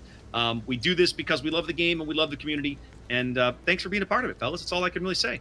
Yeah, I mean it's been fantastic. I mean, Raptor, this is the first time you and I have cast a finals where we aren't in the same room together, right? Like an international finals. No. We did it in April. Oh, international, yeah. But we did the North American finals in April this kind of remote way as well. Correct. But then we did what was it me and Senpai, right, for the international? Yes, it was you and Senpai did the international bracket. I was unavailable. So it feels a little weird. I can't reach over and shake your hand right now, my friend. But it's been fantastic. It's been truly a great opportunity. There you go. High five it. Virtual high five. Virtual high five. But I'll tell you what, guys. I mean, there's nobody I'd rather be casting with all respect to Senpai. There's nobody I'd rather be casting with than Sea Raptor. It's just such a great experience being able to play off of each other. I mean, we tell jokes that clearly you guys can tell we've been friends for quite some time. That's true. So. That's true. All right, guys, let's wrap this up. We could bloviate for hours, but it's been a good tournament. Yep. Thanks for staying with us. Thanks for watching it with us. Come on by. Zath does his regular streams on Sunday afternoon. Please throw him a follow. And then I do my regular streams Tuesday night and Thursday night here in NA. Usually one of those nights is boats. Keep an eye on my Twitter feed or my Twitch schedule if you want to know which one is going to be boats. I also do other things. I've started streaming squadrons as well. Zath streams all kinds of things. Valkyria Chronicles and all kinds of other things I've seen you doing. Yes, we just had some fun in Valkyria Chronicles, doing the fan service DLC thanks to SAT Scores. Brilliant suggestion there of whatever, but yeah, we've been having fun. SAT is a great guy and a big supporter of both our channels, so definitely a shout out to him. Absolutely. All right, let's wrap this up. I'm gonna say goodbye, and I'll go find somebody to raid while we're waiting for the delay to catch up with you guys. In the meantime, have a great weekend. Wash your hands. Be safe out there, and we'll catch you later. Bye-bye, everybody. And for those of you guys in my channel, a big thank you for sticking around. Really appreciate it. Obviously, I'm not doing replay analysis today. I'm going to go have food and all that kind of stuff. And people are leaving the Zoom call, so now I'm I'm looking kind of funny. But seriously, thanks a lot. And big thanks to Puddin for being an awesome moderator, as always. And I will see you guys out there on the seas. Peace out.